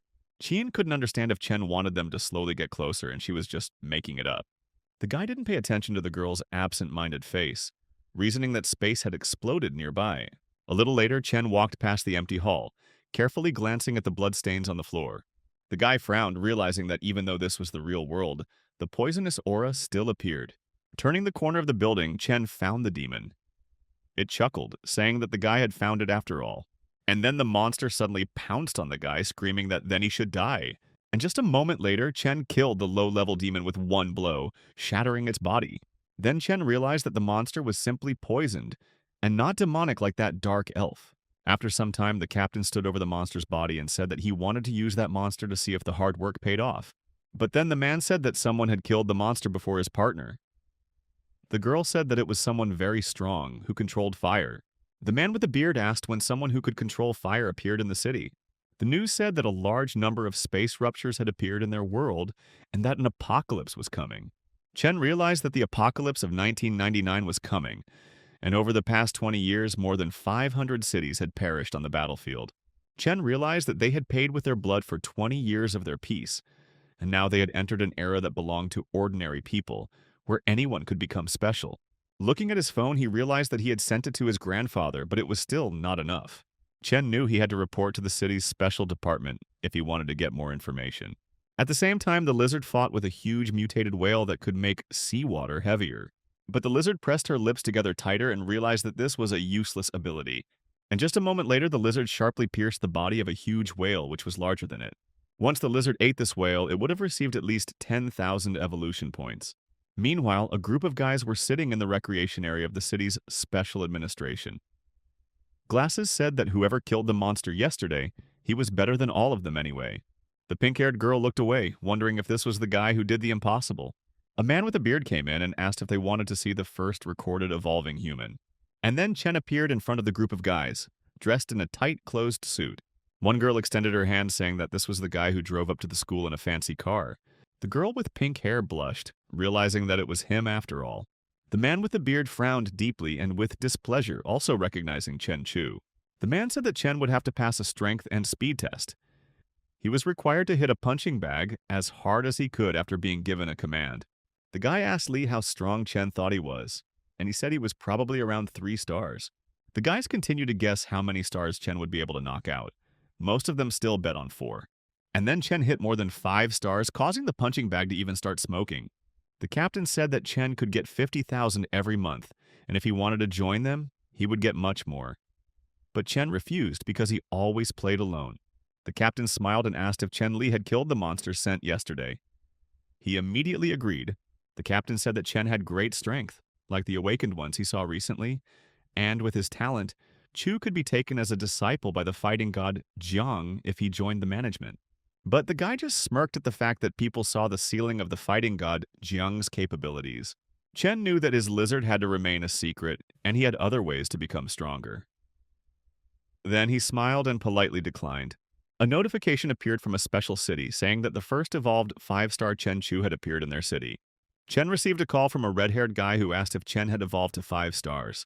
Chen laughed in response and promised to take care of Boss Li while he sat on the sofa. Even classmates Chen hadn't seen in years called to congratulate him. Chen laughed, realizing what it was like to be a god among men. After eating the giant whale, the lizard became 90 meters long. Its strength increased to almost 2,000 points and 70 tons. Chen chuckled, muttering that with his coating he could even withstand an armor-piercing shell, And if he was compared to other evolved ones, he was at level 7 or 8. Chenchu sat on the sofa thinking that there was still a noticeable gap between these 10th level battle gods.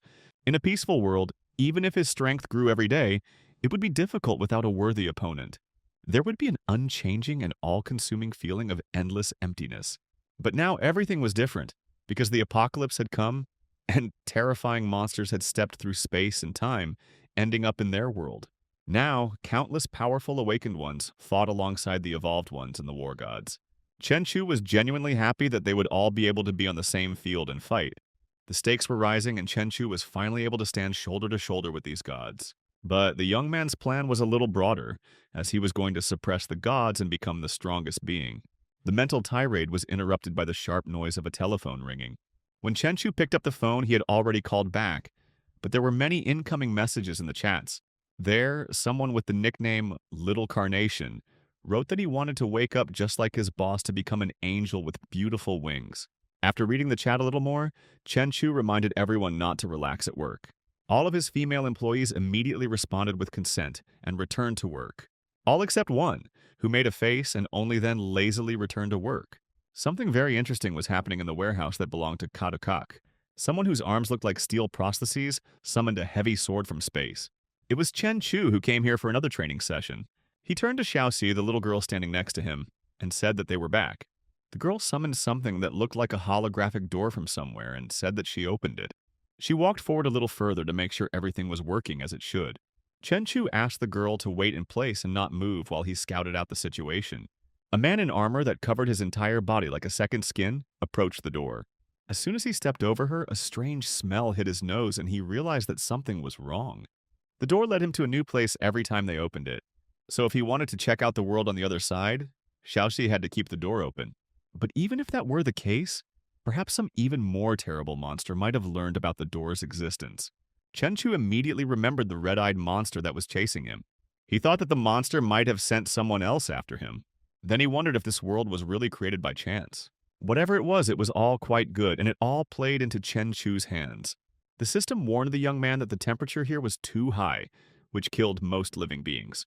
The young man stood in the middle of this space, enveloped in tongues of strange flame that did not touch him. He thought that a warm breeze could relax him now, but his ability blocked it all. The system announced that Chen Chu's body was affected by the substance, and his body was blocking the temperature. The immunity to fire and heat was supposed to last for another 15 hours. The youth thought that the awakened war gods would probably remain untouched, and would not only have a buff for 15 hours. But he couldn't waste time on unnecessary thoughts, so Chen Chu went to look around. He used his skill to analyze the surroundings and the aura around him. Waves, somewhat reminiscent of echolocation, spread across the hot space. Chenchu didn't detect any sign of life or even a monster.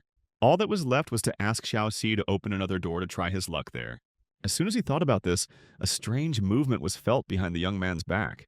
There, a strange monster began to gather from the flames, trying to attack Chenchu. The monster did not succumb to any attacks and every now and then dissolved and dodged in flight. It was a level 3 poison smoke monster and didn't pose much of a threat. The young man didn't even notice it at first, but now it was clear that there was at least something in this world. The monster raised its fist into the air to attack Chenchu. But the attack failed, as the young man was covered by a shield, protecting him from all attacks of his opponents. Chenchu thought that it wasn't his feelings that were the issue, but the fact that this monster was completely not alive. Since it was a monster, he had to use thunder, which repels evil spirits, to destroy it. Covering his body in a blue aura, Chen Chu was about to attack the enemy. He summoned a technique called the electric arrow.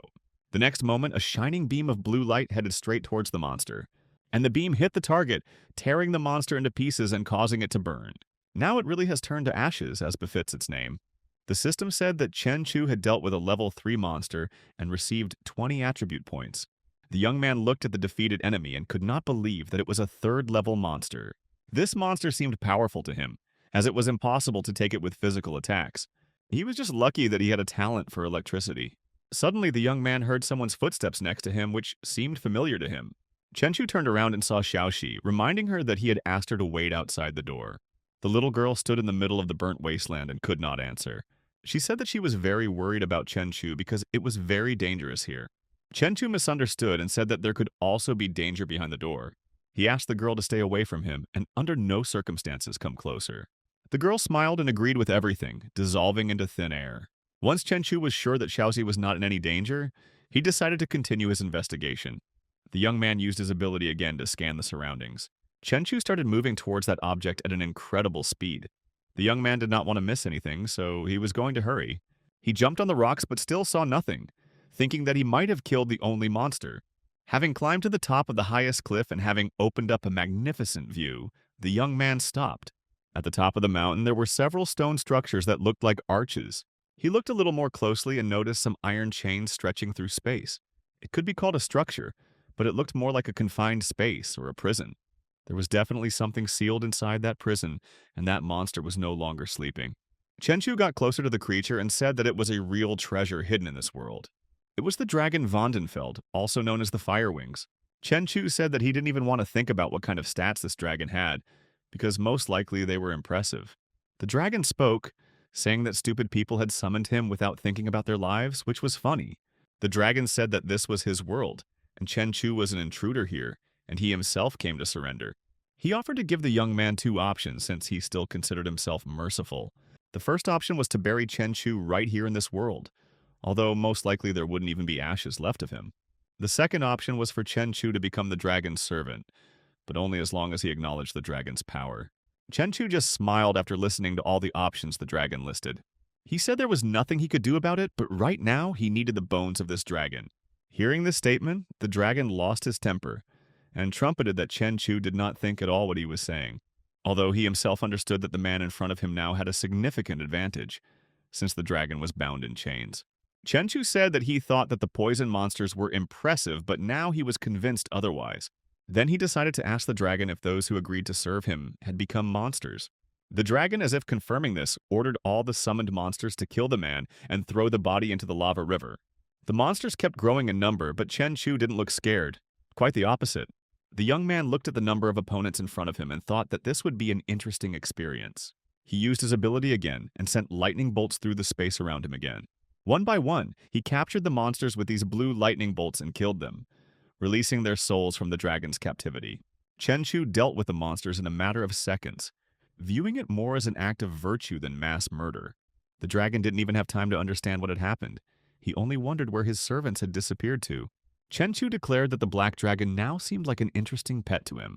The young man smiled and offered the dragon to become his servant and follow Chen Chu. The dragon definitely didn't like this arrangement, and he shouted that Chen Chu was an idiot. The young man responded to this attack by assuming a fighting stance and hitting the ground so hard that it cracked. He was preparing for an attack from the dragon, so he made his sword bigger. The dragon looked quite threatening and seemed to want to eat the unwanted warrior at once. But the young man didn't care at all. He just continued to look at the black dragon with a smile on his face. Chen Chu swung his sword, spinning it in his hands and preparing to strike. A scratch from this heavy sword immediately appeared on the dragon's neck, and from the wound he had just received, golden dragon blood began to flow. The injury he received made the black dragon even more furious, and he promised to send Chen Chu to hell. Tongues of flame burst from the animal's mouth, indicating an imminent attack. The next moment, he sent a hellish dragon flame at Chen Chu, who was standing below. The young man did not hesitate and immediately assumed a defensive stance, confident that the attack would not affect him. And so it happened. The barrier around him did not allow even a single tongue of flame to reach Chen Chu. He turned to the dragon again, asking if this was all he could show him, to which the dragon again began a new attack, realizing that it was necessary to attack more sharply and powerfully. His eyes turned red with anger and his fangs seemed to become even sharper. The dragon wished for Chen Chu to burn to ashes and then sent another powerful stream of fire towards him. The creature was sure that no one in this world could withstand even a second of its hellish flames. Imagine his surprise when Chen Chu's lively voice was heard from the cloud of dust, ash, and smoke. He smoothed his hair as if nothing had happened and said that the dragon looked like an ordinary, overgrown phoenix. Taking offense at Chen Chu's words, the dragon prepared to attack again. But this time, Chen Chu, who had managed to study the black dragon's attack style, did not lag behind in his attacks. He struck his sword straight at the dragon's jaw, causing it to throw its head back. Then another stream of incinerating fire burst out from the dragon's mouth, but it did not touch Chen Chu. The young man admitted that he had extraordinary control over flames, and a layer of the Emperor monster's hand, which was the best defense against flames. That was why Chen Chu could simply ignore this dragon's flames no matter how hard it tried. Realizing that nothing would work, the dragon once again resignedly repeated the information that Chen Chu was immune to his fire. The creature found this very interesting and fascinating, so it began to talk again. Then he leaned forward suddenly and said that he wanted to see if Chen Chu could survive a blow from his teeth.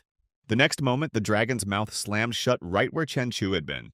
But the dragon was at a loss again, because the young man had already managed to jump away by that moment. He successfully landed on the back of this dragon and has not yet figured out what to do next. Chen Chu didn't seem to want to kill such a fascinating monster, but he also didn't seem to want to mess around with it for long. After a few seconds of thought, he finally summoned one of his blue lightning bolts and enveloped the dragon in a glow. Chen Chu's sword cut through the thick skin of this monster and came across something hard. This caused the young man to fall into a stupor for a few seconds in complete bewilderment. So he decided to continue the attack a little later, and in a slightly different way. Chen Chu said that it was no wonder that everyone called this dragon Fire Wings, since it could change its color to red. But then the young man hastened to upset the dragon, saying that resistance was useless and he knew all his moves in advance. He also added that he learned one small move from the dragon: blood explosion. This information irritated the dragon even more, and he wished Chen Chu a quick death. But unfortunately, the dragon's next attack was unsuccessful, although Chen Chu was already raising his sword to strike. The dragon's neck was cut in half, and a trail of fire was still hanging in the air.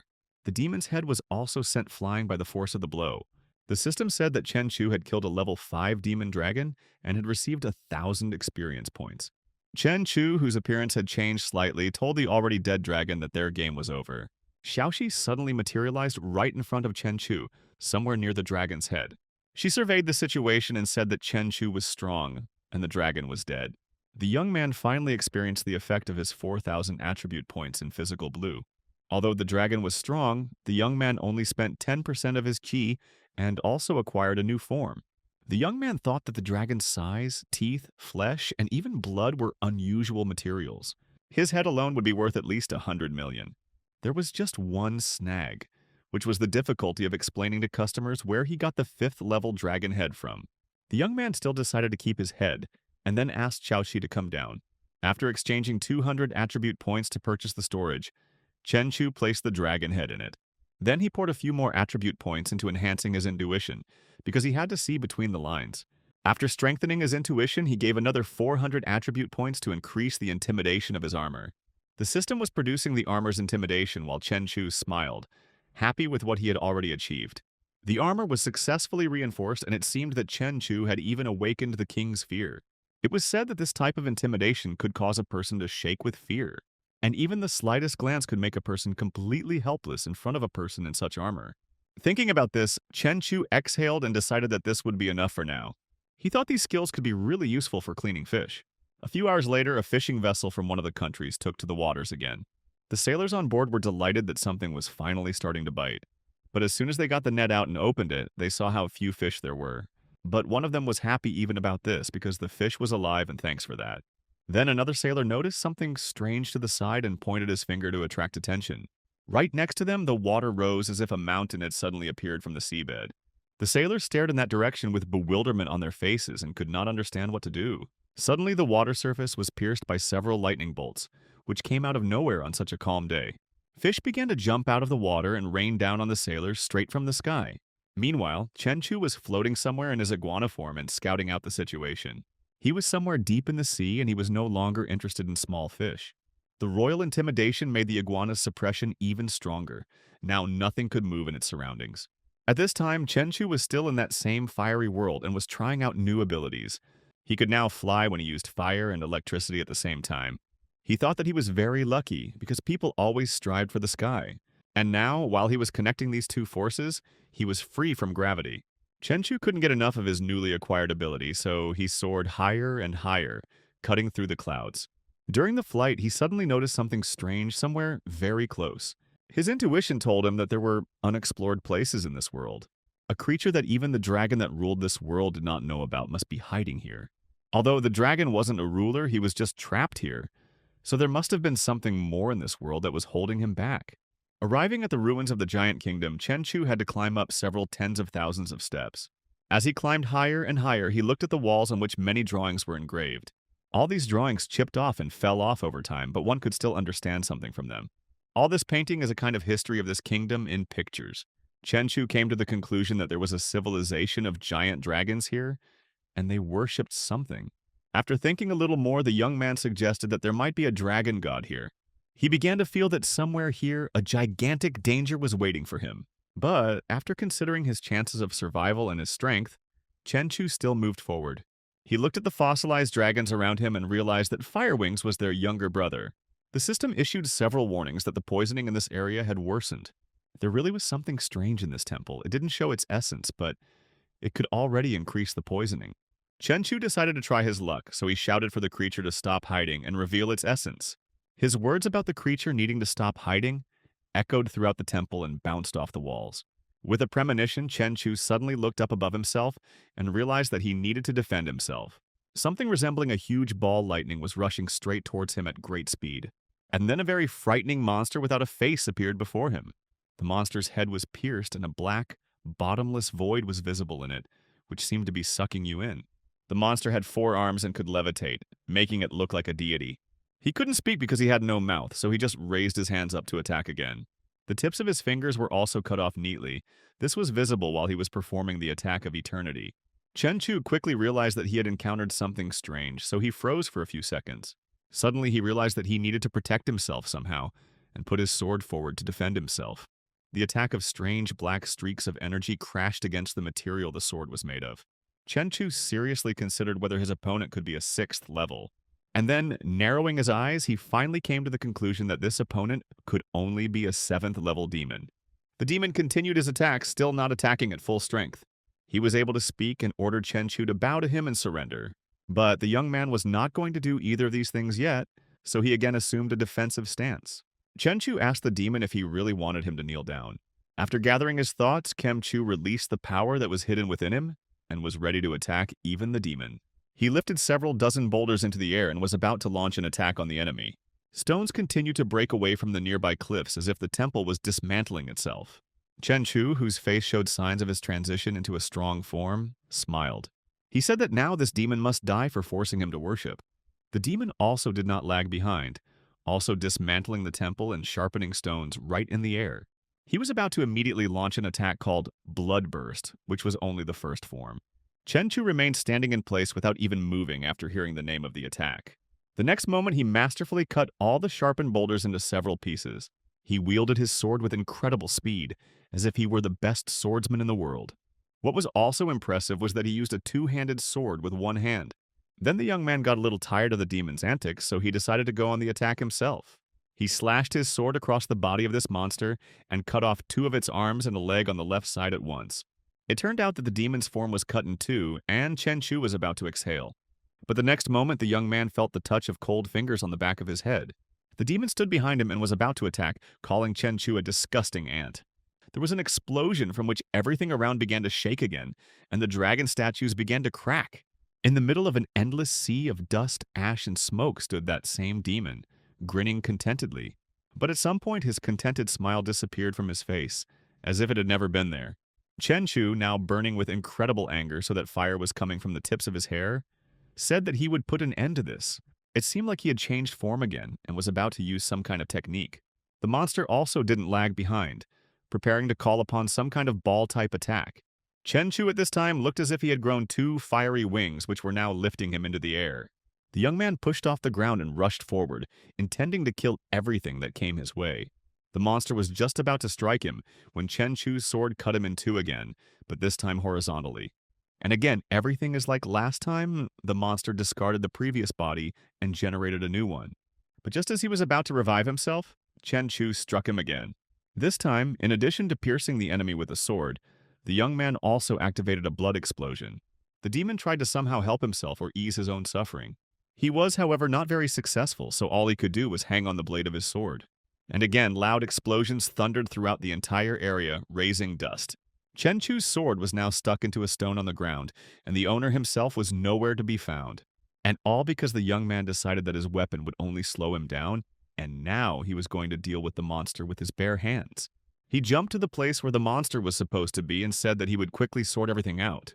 The demon, apparently realizing what awaited him, tried to cover himself with some kind of shield. Unfortunately or fortunately, the shields were useless against Chen Chu's attacks. and a moment later the man suddenly flew into the air, following the shockwave. The body of the white-bodied monster was crushed into the ground, shattering it into pieces. But a moment later the man again threw the monster with 4 arms away from himself. And then the monster's face with black streaks seemed to suddenly begin to crack. There was an explosion in the distance, the scarlet flame from which reached even the monster. Suddenly moving closer to the monster, Chen Chu suddenly grinned and swung again. And just a moment later, Chen suddenly covered the monster's face with his palm, causing it to become covered in fire. The man slammed the monster into the ground with all his might, but it disappeared and fiery rays began to appear around it. Then Chen only became more angry, blowing up everything around him and looking at the enemy's body. But a moment later, the monster disappeared again and appeared above Chen, watching him. Having measured Chen's approximate coordinates, the monster shouted a command, trapping him. Chen immediately turned around to look at his enemy in confusion, raising his tense gaze. And just a moment later, Chen Chu began to fall into the pieces of broken earth beneath him. Chen then tried to break free again, but his leg was suddenly caught in chains. Chen staggered as he tried to free himself from the trap again, but the chains only squeezed his body tighter. Chen then tried to use the power of fire, turning his intense gaze towards the enemy. A notification appeared that the formation that seals the dragon can collect energy and use it for its own weapon. The monster said that the more Chen tried, the harder it would be to get out of the net. But Chen Chu only clenched his fist tighter in response, saying that he was sorry because the monster wasn't good enough to seal him.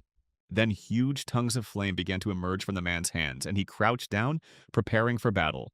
At that moment, Chen chuckled, saying that he was different from those stupid ancient dragons.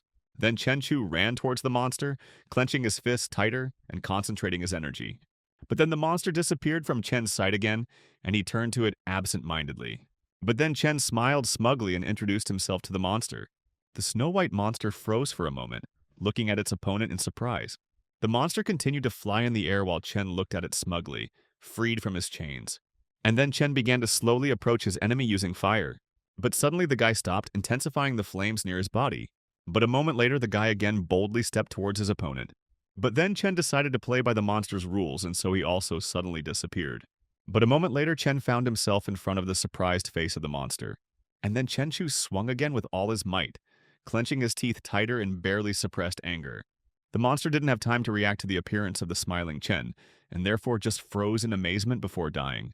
And a moment later, Chen abruptly threw the monster's body away from himself, forcing it to finally surrender. But Chen clearly had no intention of stopping there, and so he swung sharply at the enemy again. And then the man again pushed the monster's body away from himself with all his might, causing it to fly up. Chen began to rejoice in his own victory, increasing his speed more and more and smiling cheerfully.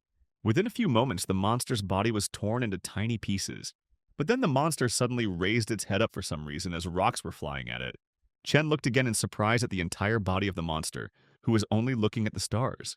But a moment later, there was a loud bang, causing puffs of smoke to appear in the air.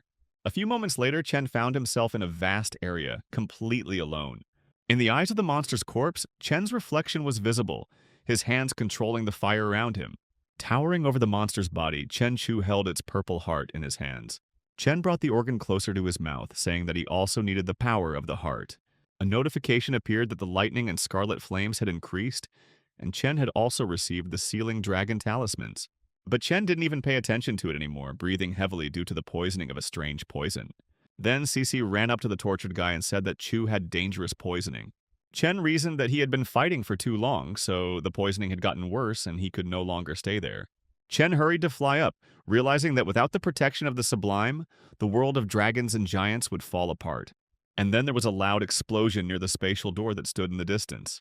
Chen was left lying among the rubble and rising clouds of smoke, and Shishi headed for the door. Then Chen began to breathe heavily and tiredly as wisps of smoke slowly drifted away from him. Touching the door gently, Shishi awkwardly told Chu that the door was closed. Chen couldn't answer right away. A bloody cough rose in his throat and he doubled over. Chen said that once the door closes, the connection with the other world is lost, and no one knows where it will open next. She turned to Chen in fear, who patted her head, and told her that he was okay, as it was just the price of his power. Chu understood that although the blood explosion seemed to be pure energy, only someone insanely strong could withstand it. If a normal person used the first type, he would be left with a corpse. Chen then tried to get up, reasoning that if he wanted to rise to the third type, he would have to increase his physical strength. Chen took the girl by the hand and said that since the teleportation door was closed, they needed to rest. At the same time, in the ruins of the palace in the lands of the giants, the snow-white body of a monster lay. The monster's hands seemed to have cracked, and he himself lay motionless on the cracked ground. A huge hole was visible in the monster's chest, from which purple blood was slowly flowing. But then the monster suddenly raised its head, along which ran deep cracks. Rising, the monster looked in surprise at his bloody chest and arms. He looked at his body in fear. The monster even froze in horror for a moment. And then the snow-white monster suddenly rose from the ground, looking at the sky and screaming. A man in military uniform reported the coordinates of a group of poisoned level 5 monsters, and then asked for help. At the same time, dozens of monsters emerged from the gorge, their eyes shining brightly scarlet. 3 men stood on the mountain, watching as demons were shot at from the sky. Hundreds and dozens of rockets flew towards the screaming demons who were trying to somehow cling to life. The man said he hoped the monsters wouldn't escape in the 6 minutes before the second wave of gunfire began. The bald man advised the brunette to relax, saying that the monsters eat their own corpses and do not move from the spot. The brunette wanted to know the percentage of demon poisoning, and Mark answered that it was 15.5. Then Mark frowned even more and said that they needed to hold out for another 8 hours. The captain smiled and told Mark that they would be able to drag everything back in that time. The bald man said that the bodies of 7 level 5 monsters would cost a pretty penny. Mark replied that they would need the money to increase their shooting power. Mark frowned and said that if at least 3 of them remained, he would be happy. The captain smiled and said that in his country, Z would have told Mark to consider himself lucky. The captain looked at the explosions in the distance, saying that if they hadn't needed the base's help, any of those monsters with full health would have covered their needs. The captain chuckled and said they should get going and give him the monster. He asked Tyler and Mark to move the bodies out of the way. The captain said that there should be enough for 5 bottles of cleansing energy, but they will take 3 and sell the rest. The man insisted that 1 bottle would cost 200 million on the black market, so for a while they would live like kings. At the same time, the snow-white monster finally managed to come to his senses, driving away the puffs of smoke. The huge monster increased in size tenfold and now reached to the sky as it towered over the men. The captain's face suddenly became scaled as he looked at the monster in fear and asked what it was. Smoke hovered around the monster's body as it slowly approached the men who tried to escape. Mark began to shout and list the poisoning ranges, which ranged from 19 to 531. Then a tentacle of a monster appeared behind them, and with one movement it cut off Mark's head. The captain looked at the corpse of his comrade in fear, exclaiming that it was time for him and Tyler to run. The captain ran away with all his might, but Tyler was torn apart by the monster at the same moment. The monster watched the man's movements carefully, blocking his exit with a tentacle. And then the monster's gaze changed, and the line of his mouth suddenly compressed into a thin line. A moment later, the monster suddenly caught up with the man, causing his eyes to almost pop out of his head. But a moment later, there was a powerful explosion that tore the man's body into pieces. Having launched the rocket, someone reported that the elimination of all threats to the good of humanity had begun. After some time, Chen finally found himself in his bed and slept well. But after some time, the guy still had to get up, and then he reluctantly stretched. Then the boy knocked on his sister's door and said it was time for breakfast. A tearful Shishi came out of the door, wiped away her tears, and asked Chen to hug her. Looking at the baby's face, the man suddenly grinned, looking at her with love. Chen then hugged Shishi tightly and knelt down, asking what he should do with her. Chen hugged the girl tighter, and she quickly fell asleep right on her brother's shoulder. Then the guy decided to get up from the floor and carry Cece to the bed. But suddenly he heard a strange sound. Outside the door of his house stood a girl with bright pink hair, holding a small bag in her hands. She was wearing a latex suit, with the words written on the back that she was delivering quick meals to satisfy their hunger. Huang Fujiang greeted Chen and said that a delivery had arrived for him. The guy looked at the girl in front of him with surprise, still not letting go of Sei. Jean smiled cheerfully and winked at Chen, greeting him again and handing him a bag of food. But for some reason, the guy's gaze only caught on the expensive motorcycle that was standing behind the girl. Chen said it was the first time he had seen a delivery girl so early, and on a $100,000 motorcycle.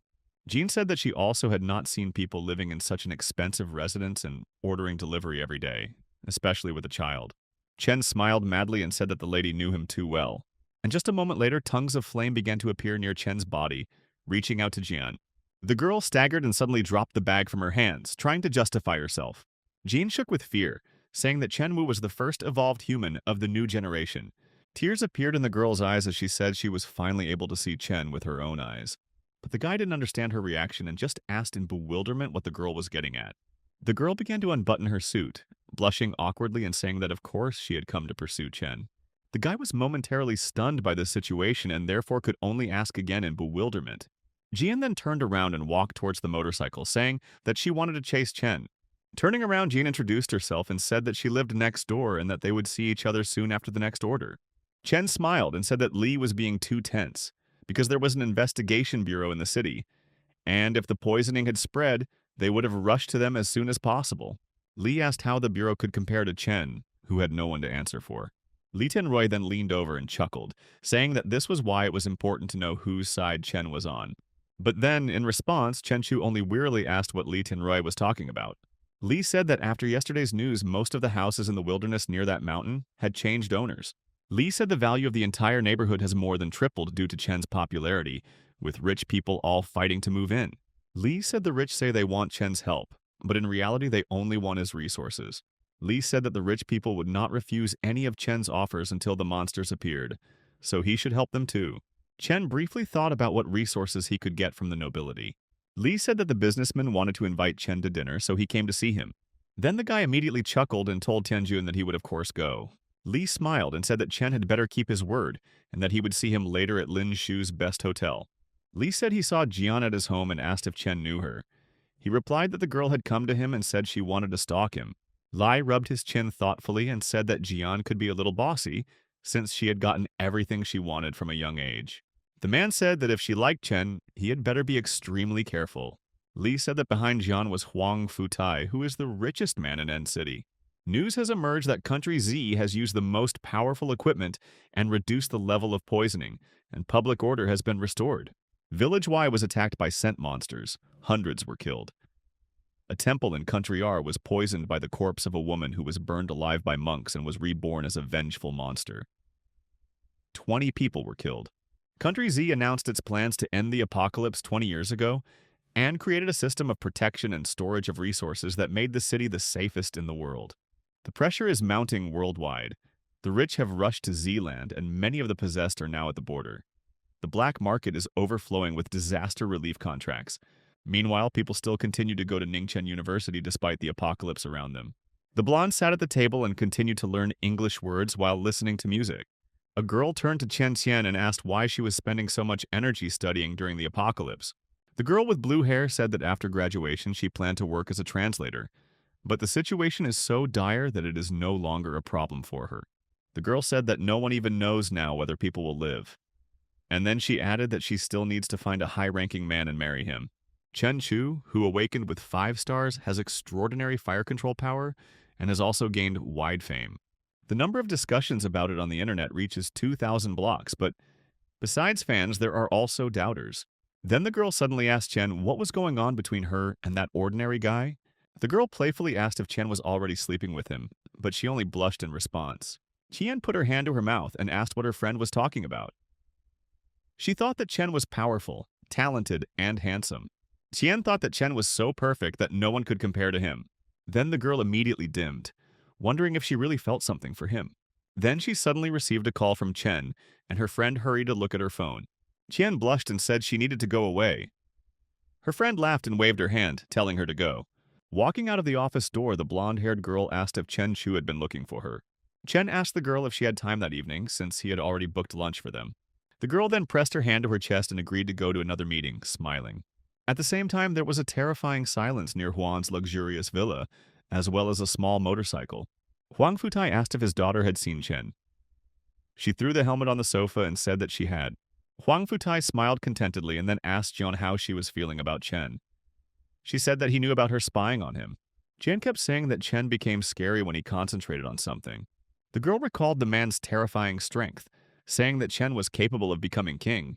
Huang poured tea and laughed, saying that old man Jian's guess was correct and Chen was strong. Jian said that Huang would not be able to buy Chen even for tens of millions.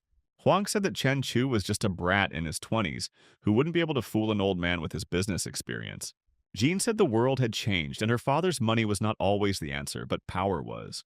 Huang reminded him that Jian had only been there once, so she shouldn't even tell him about her sympathy for Chen. Jian said that she was not chasing Chen for her father's sake or for her own benefit from him. Then the girl barely closed her eyes and said that she just liked Chen. The elderly man responded with bewilderment and asked if his daughter was even serious. The girl pressed her hand to her face, hiding her embarrassment, and said that Chen was the first man who made her feel something in years. Huang exclaimed that all the high-ranking families from different cities had their eyes on her. Huang said that as long as Chen had human desires and emotions, they could be used. They just wanted to pressure Chen, make him bow down to them and join their ranks.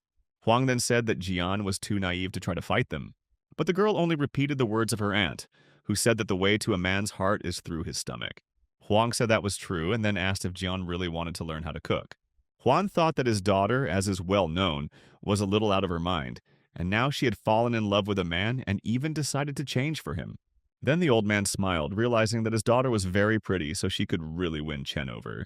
Jean said that she gave up cooking when she almost burned down the old house several times, but that would not happen again. The old man asked again. The girl then showed her back where their delivery slogan was written. She said that she would deliver food to Chen. Jean said she used her father's surname to start a delivery company.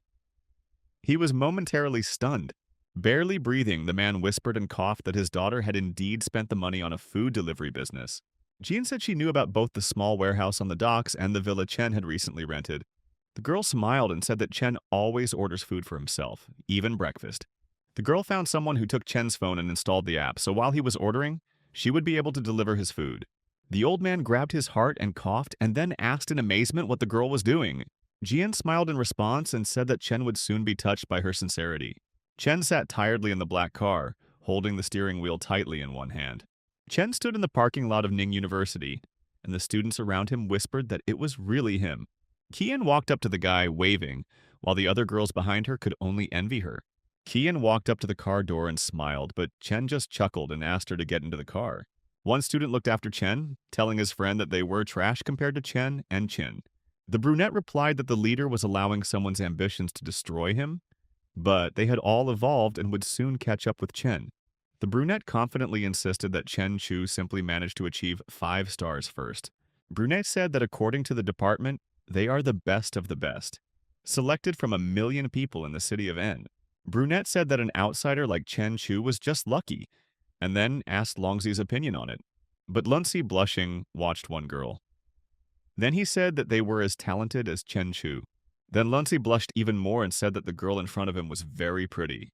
And the brunette hit Lunzi in response and ordered him not to get distracted, because as long as Chen was arrogant, the girls would only look at him. Gritting his teeth, the brunette said that the most important thing for them now was to become stronger. Lunzi asked if they shouldn't tell Rinroya that they saw Chen with someone else.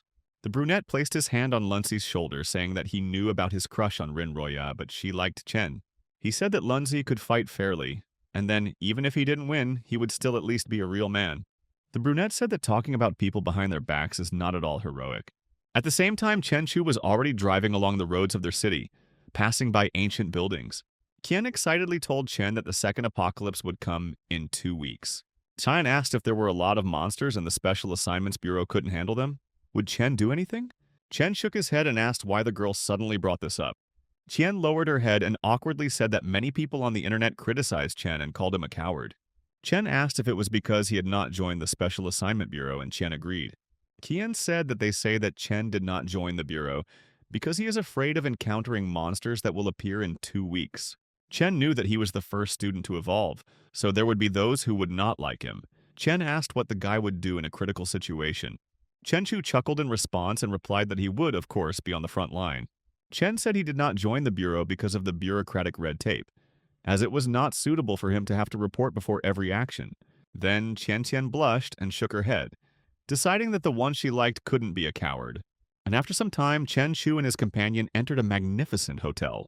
Looking around at those present, Chen realized that these were billionaires from the richest companies. One of the older men greeted them and said that his useless son had kept Chen informed of the situation. Li Chenghong said that they decided to form a security council and invite Chen to be its chairman to ensure their safety during the apocalypse.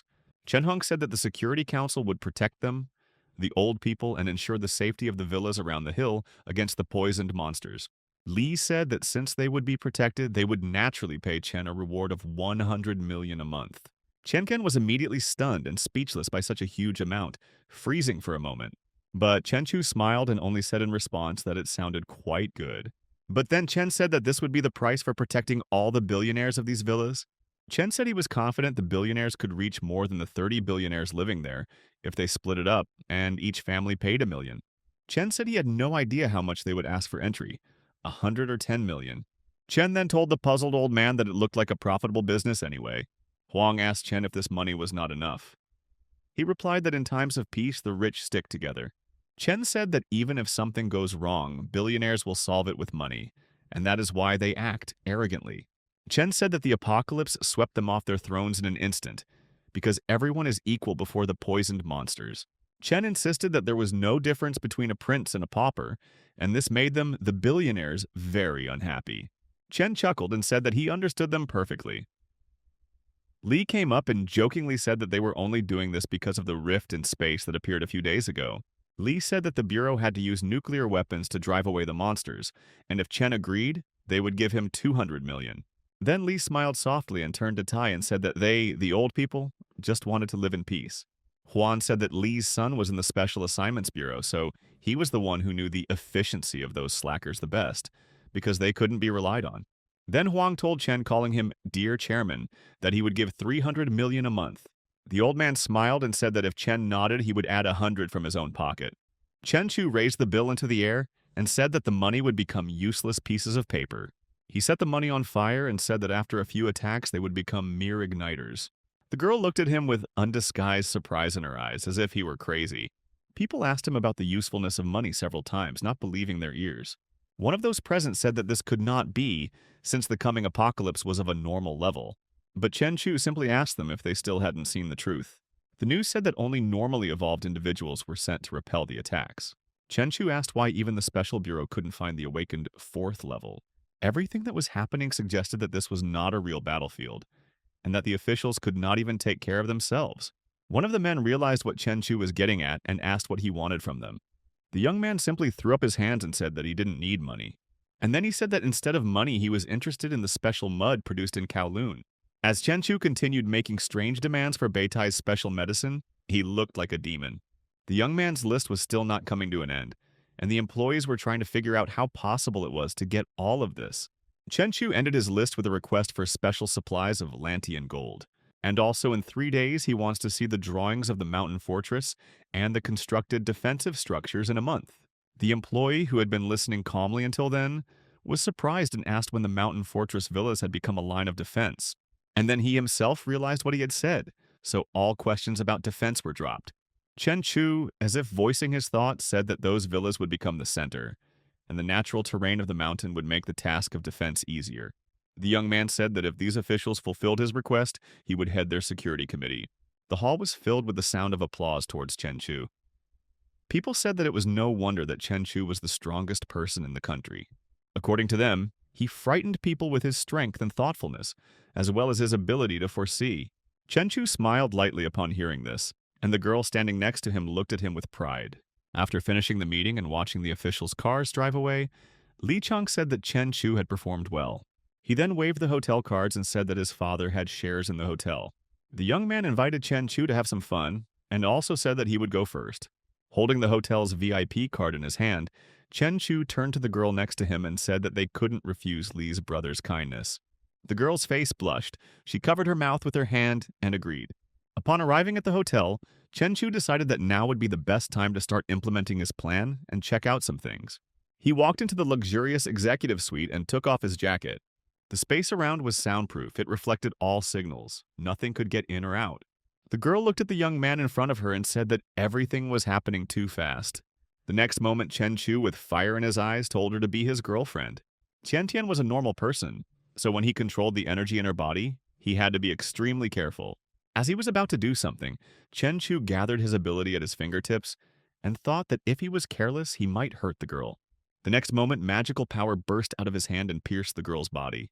When everything was done, the young man thought that her body had united with such energy and was slowly changing.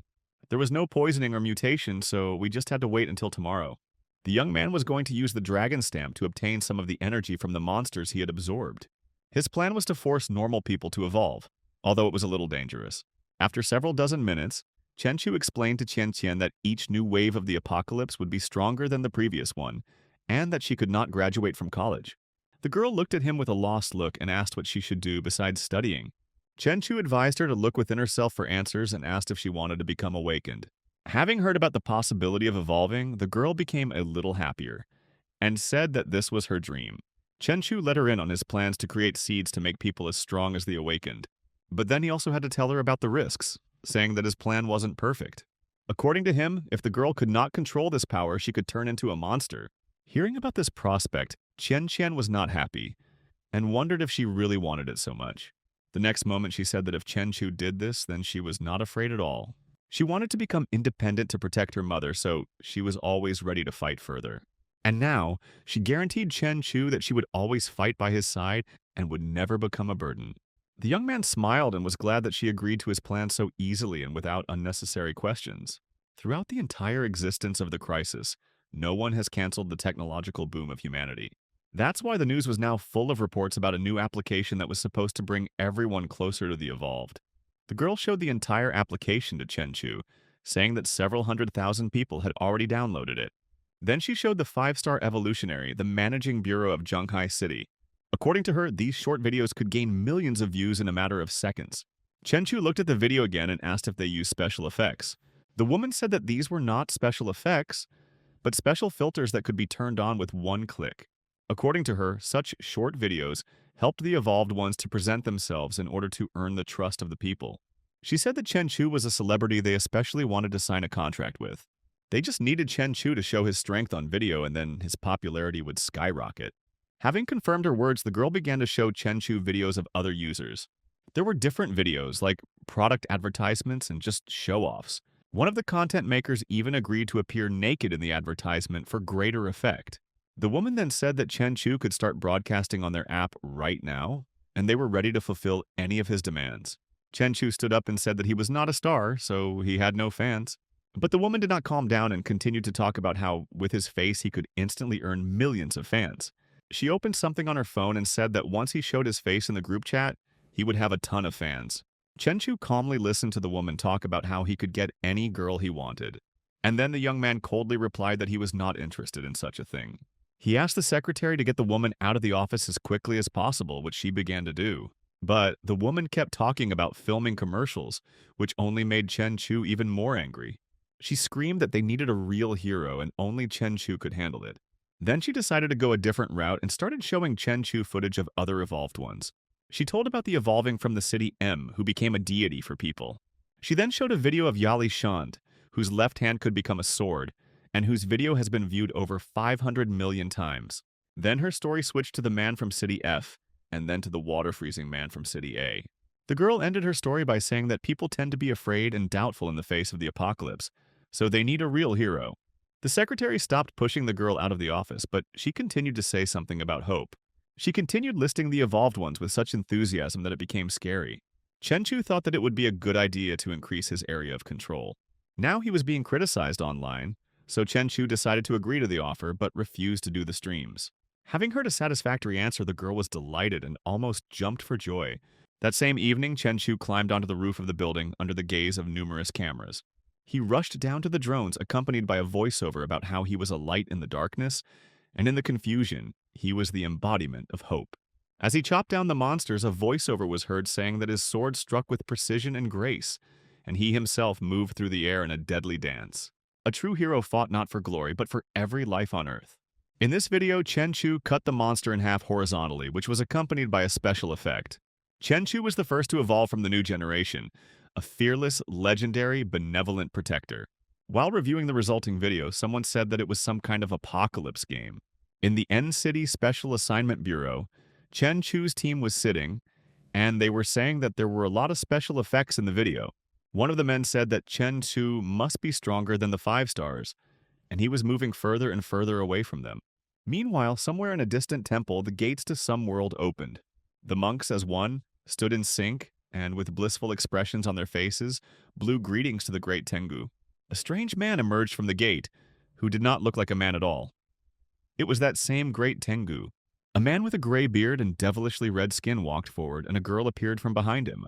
The girl who accompanied him was called Izanami. She was always and everywhere with the great Tengu. For some reason, the monks were horrified when they saw this girl next to Tengu. The girl asked if the monks were sure that they had discovered the cubs of that ancient animal, to which the monks answered in the affirmative. The national law stated that the resources of such an animal should belong to all mankind, but priority went to the discoverer. Izanami interrupted the monks' tirade and said that if they killed the creature, they could take all of its resources for themselves. Somewhere beneath the water, a submarine was moving. She swam further and deeper, approaching some kind of cave that had formed in the coral reef. People dressed in combat suits emerged from the submarine. It was the assault group of the country M, which was called Poseidon, and now they were all moving further underwater. They found some kind of paw prints and started talking about how the prints were frighteningly huge. Then one of the stormtroopers turned to the captain and said that he had found the skull of a monster whale 20 meters long. In front of them, there was indeed a huge pile of bones that looked like a whale's skull. But if it was a whale's skull, then there was someone nearby who was stronger than this monster. The group of men suddenly heard a piercing sound from the radiation meters on their hands. All the sensors were glowing red, indicating that there was radiation of 465 B here. And obviously the source of the radiation was now right before their eyes. Somewhere further in the cave there was something else that looked quite scary and made sounds. One of the stormtroopers turned to his partners, asking if they had heard any strange sound.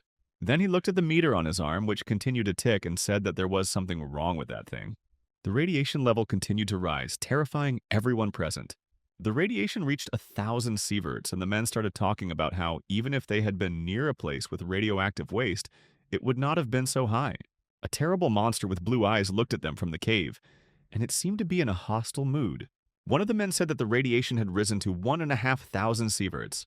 Meanwhile, in the haunted sea entertainment house, 2 people were talking about someone who went missing there yesterday. No police report was filed because the man thought the tourist was simply lost. The man who had been listening to all this suddenly slammed shut the file folder he had been studying. The police officer said that most likely the owner of the entertainment center was simply afraid that this would cause him losses. The man looked at him strangely as if he had just been found out. The police officer continued to say that such a number of missing people was abnormal for a haunted house.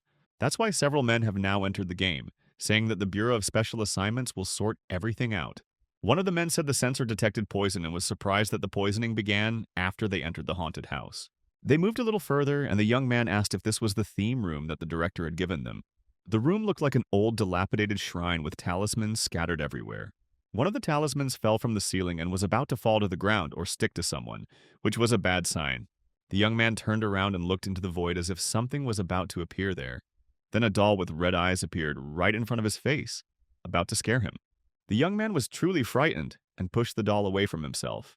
It turned out to be just a cheap scare tactic, and the scarecrow fell apart immediately after it fell. The girl from the special squad looked at her colleague and said that it was just a prop, and his acting was useless. Another young man looked at his watch, which measured the radiation background, and said that the source of the poisoning was approaching. As soon as these words were spoken, something strange fell to the ground. The men shouted to each other that they needed to be careful because they didn't know what they were dealing with. When the dust cleared, everyone present was treated to the sight of their partner fending off the attacks of a strange man with a chainsaw. The man with the chainsaw was unable to attack successfully, so he retreated a little. The young man was surprised and said that it was a 3-star monster with enhanced attacks and defense, as well as regenerative abilities. But one of the comrades didn't care that he ate 5 people and became even stronger. He was powerless against his extraordinary weapon. But in reality, the extraordinary weapon also did not pose a real threat to this monster. The monster continued to advance, and the poor young man who had been so confident in himself became less and less confident. He was told that the monster's weak point was its head, but he had already managed to hit it in the chest. Realizing that the attack had not worked, the young man grabbed a pistol and was going to finish it all off with one shot. He shot the monster in the head and the bullet passed through its skull, but it didn't seem to hurt the monster much. Another shot was fired by the girl who had been standing nearby the whole time. When the monster was defeated, she said that it was disappointing for a 3-star monster because it only took one shot to kill it. The young man who had previously attacked in the wrong direction was now trying to pull his weapon out of the monster's body. He was still trying to prove his importance and said that the monster was defeated so quickly only because his spear restricted its movements. Another young man tried to calm those present and said that they were a team and all worked together. The dark-haired youth asked the others to check the perimeter, and if there were no more sources of infection, they would report to the captain.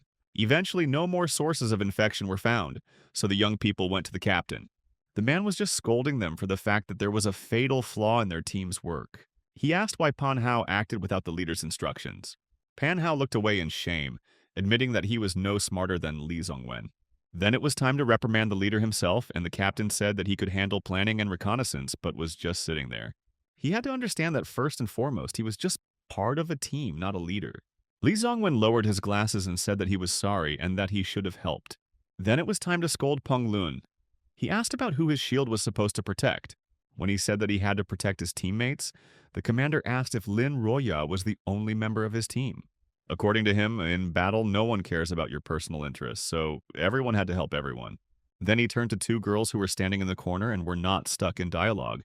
The man said that they are so careless that they don't even have a sense of danger, and the rest acted thoughtlessly as their team members fought the monster. The commander crossed his arms over his chest and asked where all his charges got such courage from. The man looked at them with all seriousness and said that this was some kind of game, and one mistake would make them corpses. Everyone had to take responsibility for their team members to ensure everyone survived. Then he said that he was done arguing and that their second mission could have gone even worse. With such strength, they were able to deal with a simple 4-star monster. Now he was going to reveal a military secret to them. Doomsday Base M was destroyed by a monarch-level demon with a strength of over 10 stars. According to him, the authorities urgently raised the difficulty rating to 11, defining it as Armageddon. Upon hearing about the rating increase, everyone pricked up their ears and started talking about how they had never heard of such a rating. City M lost over 17,000 evolved overnight, and the government was forced to use nuclear weapons. As far as the captain knew, no monster corpses were found in the wreckage. The authorities only wrote that the monsters retreated. Everyone was horrified by the realization that even nuclear weapons do not stop the monsters. 17 doors of the apocalypse have been affected to varying degrees, and in 10 days, things will be much worse than expected. The white-haired girl looked at the captain and asked him how to become stronger. The man raised his hand with a glowing crystal and showed it to everyone present. According to him, time was running out, so the Bureau of Special Assignments distributed spiritual crystals. One of the squad was very happy when the captain said that the crystals could awaken hidden potential and allow his abilities to develop. And then the captain announced the main news that everyone present had been selected to use these crystals. Everyone on this team must get their final 4 stars in the next 10 days. All present agreed that they must do everything possible for the future of humanity. Chen Chu sat on the seashore and read his statistics again, thinking that he could evolve 4 times in a few days. And after that, he will only care about the progress of Chen Qian's evolution. Meanwhile, somewhere far away, a girl was crying, her eyes wide with horror. It was Situ Chen Qian's dream where she sat on the scorched earth and watched the raging tornadoes. Then from these storms, a figure of a dragon with red, ominous eyes emerged. The dragon headed towards Chen Qian with its mouth open and was about to kill her. The girl looked at the monster with even greater horror and screamed for him not to come near her. The next moment, the girl woke up and suddenly rose up in bed, still screaming for someone not to come near. The girl woke up in a cold sweat, and now she needed some time to understand where she was. Chen Chu sat in a chair opposite her, asking how the girl was feeling. The girl didn't understand what he was talking about and asked, but instead of answering, Chen Chu threw a porcelain cup in her direction. The girl immediately put her hand in front of herself to protect herself from the blow, and the cup broke. Chen Tian was now able to break a porcelain cup on herself. Chen Chu walked a little closer to her and asked her what it was like to be evolved. The girl looked at her hand and still did not understand what had just happened. The young man explained that the first level evolved were capable of hitting with a force of 500 kilograms, so evolution worked. The girl finally cheered up and couldn't believe that she had actually evolved. Becoming evolved has been the dream of people all over the world. The low-level evolution inductor has become in demand on the black market. Its price has skyrocketed to $50 million. However, using such a tool was associated with huge risks. The slightest mistake could turn the user into a mutant. People dreamed of evolving and were chained. And in special cases, family members stood with pistols until the evolution was completed. Once the body became destabilized, an unspeakably horrible death ensued. Despite this, countless people willingly accepted the risks of mutation and embarked on the path of evolution without hesitation. As the end of the world approached, the era of evolution began, and somewhere on Aocho Island, Izanami watched as it happened. The girl turned to someone standing behind her and asked Ibis to open the way. Ibis agreed and said that he would do everything right now. He rushed forward and placed a shield around himself, then expanded it into a barrier. The young man flew forward straight into a vortex in the ocean, surrounded by golden light. Behind him, enveloped in the same barrier, flew the rest of his team and Izanami himself. After a few short moments, they all sank to the seafloor. Izanami walked along the bottom where many bones and skulls were scattered. The people stood in front of some kind of gorge, which looked more like the lair of a ferocious monster. Suddenly, a strange sound was heard from the gorge, but Izanami was already ready to repel the attacks. She and another girl behind her took defensive stances, ready for battle. Izanami warned everyone that the beast would release the king's aura, so they shouldn't look into his eyes. Inari said that even in his young form, he had reached the 9th level of a magical beast. Susanoo looked at Inari with distrust and asked if she had made a mistake with the monster's level. Inari replied that this beast was much stronger than the king-level creature that attacked their base last month. Hearing what Inari said, Izanami said that such a powerful primordial animal would definitely give them a lot of essence. Izanami prepared to attack the enemy. She turned to Benton and told her to use her illusion magic to take control of him. The rest of the plan was to wait for all of his essence to the last drop and destroy the corpse without leaving a trace. The monster sitting in the cave became even more furious and released its thorns. Benton created an illusion and tensed, trying to hold it. The monster came out of the cave, trying to somehow scare and push those present. Izanami said that this beast was very beautiful and they had to absorb it, collect it, and become it. Darkness will consume everything. Chaos will rule everything. Izanami called everyone to pray to the darkness. To pray to chaos, to pray to eternal existence. The interweaving of darkness and light will become nothing, but they were supposed to become immortal. They were supposed to become gods. Their desire for transcendental power never diminished. As the flames of destruction tore through the skies, a mushroom cloud blossomed, symbolizing the end shrouded in death. The shockwave shook the earth like a divine punishment, and civilization and order turned into splinters. The world became primordial chaos. 30 days and nights passed, and only then did the ashes settle. The once towering mountains turned into deserts. The fast rivers became dead lakes. Survivors looked in horror through the cracks in the blasted earth. The remains of colossal beasts the size of mountains glowed with a strange metallic sheen. Even after destruction remained in battle poses, as if quietly telling the story of a lost era.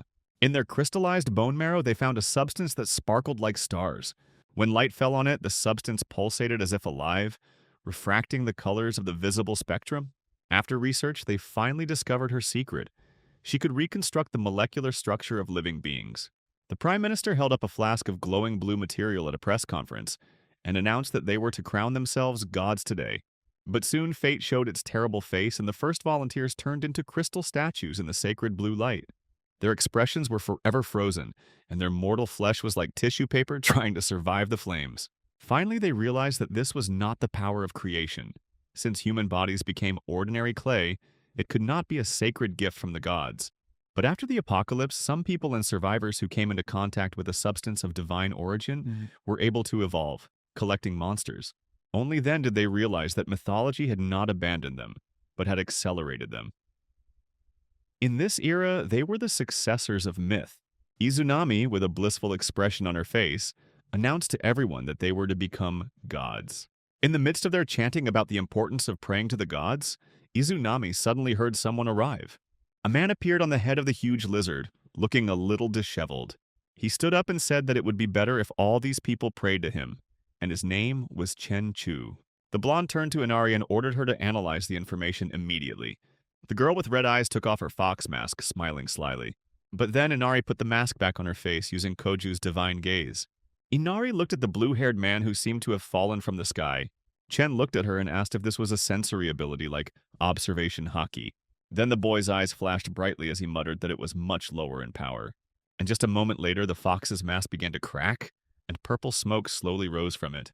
Then Inari suddenly swayed and fell down, trying to grab onto something. The Great One recoiled in fear, looking at the enemy in front of her and not even paying attention to the body behind her. Turning sharply and opening her blue eyes wide, she asked where the intellect was. Inari replied that the enemy had the same mystical ability of foresight, and her divine gaze was reflected. The blonde's eyes widened even more, and then she asked again in bewilderment. A masked brunette appeared behind her and said that he didn't care what kind of magic Chen had, because he would destroy it with one blow. The red mask had several horns on it as it rushed towards Chen, telling the bastard to die. Chen smirked and avoided the blow, jumping into the air and asking how dare he attack first. Then the man with blue hair turned around in surprise, looking at the enemy. But a moment later, Chen easily kicked the enemy away, causing him to stumble onto the stakes. A certain man's hand turned ice cold as he suddenly decided to block Chen's attack. And then the elf slowly began to lift the body of his comrade, not allowing him to stumble upon the stakes. The brunette acted cautiously, clearly worried about his comrade and calculating every action. Chen leaned over and said that the guy had a very beautiful ability to control gravity. The masked strongman exclaimed to Daikokuten that Chen should stay away. Daikokuten continued to use his power and his hand turned half white. Daikokuten flew into the air, and when there was no longer any danger beneath his comrade, he threw him to the ground. Daikokuten then extended his hand towards Chen, saying that it was now his turn to feel the piercing. Daikokuten pressed his hands to the ground, and heavy stones immediately began to fall from the ceiling. Chen ducked down, trying to protect himself from the sharp debris that was flying towards him. But just a moment later, a powerful explosion was heard at the place where Chen stood, causing Daikokuten to stagger. The brunette's eyes widened, and he asked if even gravity didn't affect Chen. Strong discharges of red lightning began to appear near Chen Chu's body, which was floating in the air. The fox exclaimed in surprise that their enemy could neutralize absolutely all forces. Daikokuten's hands shook as he asked if Chen could suppress divine power. The masked man said that since Chen Chu dared to insult him, he should pay for it with blood. The man then suddenly attacked Chen using the iron cannon Narad. Chen only chuckled in response and thought about the fact that the enemy was actually using physical techniques. And then Chen Chu intercepted his enemy's fist, causing him to stagger back. And then small explosions were heard behind Chen, and the ground beneath them began to crack. The masked man clenched his teeth in anger and loudly exclaimed that Chen was a real monster. In response, Chen Chu only smirked and frowned, looking at the enemy with shining eyes. The man tried to hit Chen again, who broke his bone with one blow. And just a moment later, Chen sharply pushed the enemy away from himself, forcing him to merge with the floor. Then Chen flew up and swung, and the masked man realized that he would not be able to repel the attack and would die. But a moment later, Daikokuten intervened in their fight, using a lot of his power. Flying sharply through the air, Daikokuten threw his comrade's body as far away from Chen as possible. But a moment later, the man managed to get back on his feet, and wisps of smoke appeared before his eyes. But when the smoke slowly began to clear, Chen's silhouette became visible among the stones of the cave. Flying into the air, Chen's hair turned snow white, and it was as if a pair of red lightning bolts had passed through his body. The Great One stretched out his hands and asked the gods of Takamagahara to join forces to defeat the enemy. The gods immediately obeyed her, and a certain man in yellow began to pull stone hands out of the floor. Chen Chu froze for a moment, looking at the dozens of hands that were reaching out to him from the ground. Then the man in the yellow outfit smirked as he looked at Chen, who was trapped. Then the man suddenly bent down to the ground, and strange folds immediately appeared across the mountain's relief. Then, dozens of stakes rose from the ground at a furious speed and headed towards Chen.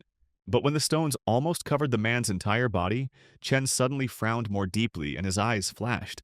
Chen's enemy imprisoned him in a stone ball, saying that his weapon, fortified with divine power, was stronger than iron. The man insisted that even if Chen had outstanding abilities, he would still suffocate in his prison. But then the fox-masked maiden stretched out her hand in fear and said that Chen was melting stones with incredible heat. And just a moment later, stones suddenly flew out of the prison, which melted in a second. Chen stood trapped, his hands tearing apart a hole in the prison that was burning brightly with flames. The masked strongman exclaimed that his ally's stone shell was as soft as stretched Nado. The strongman asked what use the man was, and he immediately attacked Chen again. Jumping into the air, the brunette exclaimed that since 2 layers were not enough, a third should be added. And a few moments later, the man used the shackles of the god, creating a huge golden palace. But then the man suddenly fell to the ground, as if he could no longer fight. The brunette muttered that that triple connection had used up all his divine powers. The strong man said that he was just joking, and did not ask his comrade to use his strongest ability. Then a red-haired man flew up in the sky, saying that no one had survived in the heavenly golden palace yet, so the battle was over. Strongman said that he thought Chen was some big shot, but wasn't he destroyed by the Takamagahara pantheon? The Great One barely smiled and said that it was time to move on to the next one, since the obstacle had been removed. Then the blonde turned around and said that now it was time for them to finish off the lizard and suck out its essence. The Great One turned to Inari and asked what her divine vision saw, but Inari's attention was already focused on the Golden Palace, saying that she could not cope with the seal. Inari exclaimed in fear that Chen could climb over metal structures. And just a moment later, many terrifying lightning bolts began to thunder from the Golden Palace. The lizard ended up behind the palace, and Chen said that if they wanted to hunt the monster, they should first step over its corpse. And just a moment later, Chen destroyed the shackles of the Golden Palace, ordering them not to blame him for trampling their corpses. The man in the yellow robe exclaimed in fear that he had definitely sealed Chen. And just a moment later, the man's body met a giant golden stone that fell from the sky. Inari leaned against the ground and tried to cover her head with her hands, almost screaming in horror. The man suddenly flew into the air and said that he would take the corpses of his enemies one by one. Red lightning flashed through the man's body as he said he would grind everyone into dust. The red-haired man exclaimed that Chen had killed his comrades and anyone who tried to block the path to the deity would only meet death. The man shouted that his divine power was capable of creating a karmic flame that would burn for a week, while the fire of his comrades would be more suitable for heating tea. Smiling brightly, the red-haired man used the netherworld karmic annihilation arrow. The red-haired man then clenched his teeth tighter and shouted angrily, advising Chen to die. Jumping high into the air, the man abruptly aimed a flaming arrow at his enemy. But Chenchu continued to just watch what was happening while the flames burned behind him. And a moment later, the guy just grinned and then breathed a sigh of relief. Flames swirled around Chenchu's body as a cloud of smoke approached him. Looking at this sight, the red-haired man even choked, looking at Chen in bewilderment. The strong man exclaimed that it was time for them to stop chatting. He would attack from below, Daikokuten would support from the air, and the rest would press from above. And then the three men immediately went on the attack, using all their abilities.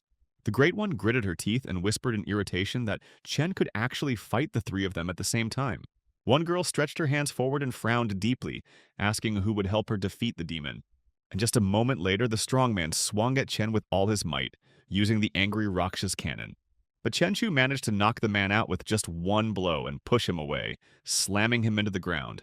Chen used Yomi's flame annihilation Murata, and fire swirled around him. Inari exclaimed that Daikokuten must be careful, because this is the mark that seals the dragon.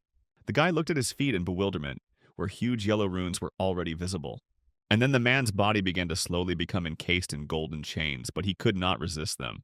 Daikokuten fell hard onto the seal and screamed loudly in pain as the chain squeezed his neck. Inari exclaimed in fear that this was magic of a higher order than the Abisu seal. The Great One asked what Ben 10 was going to do.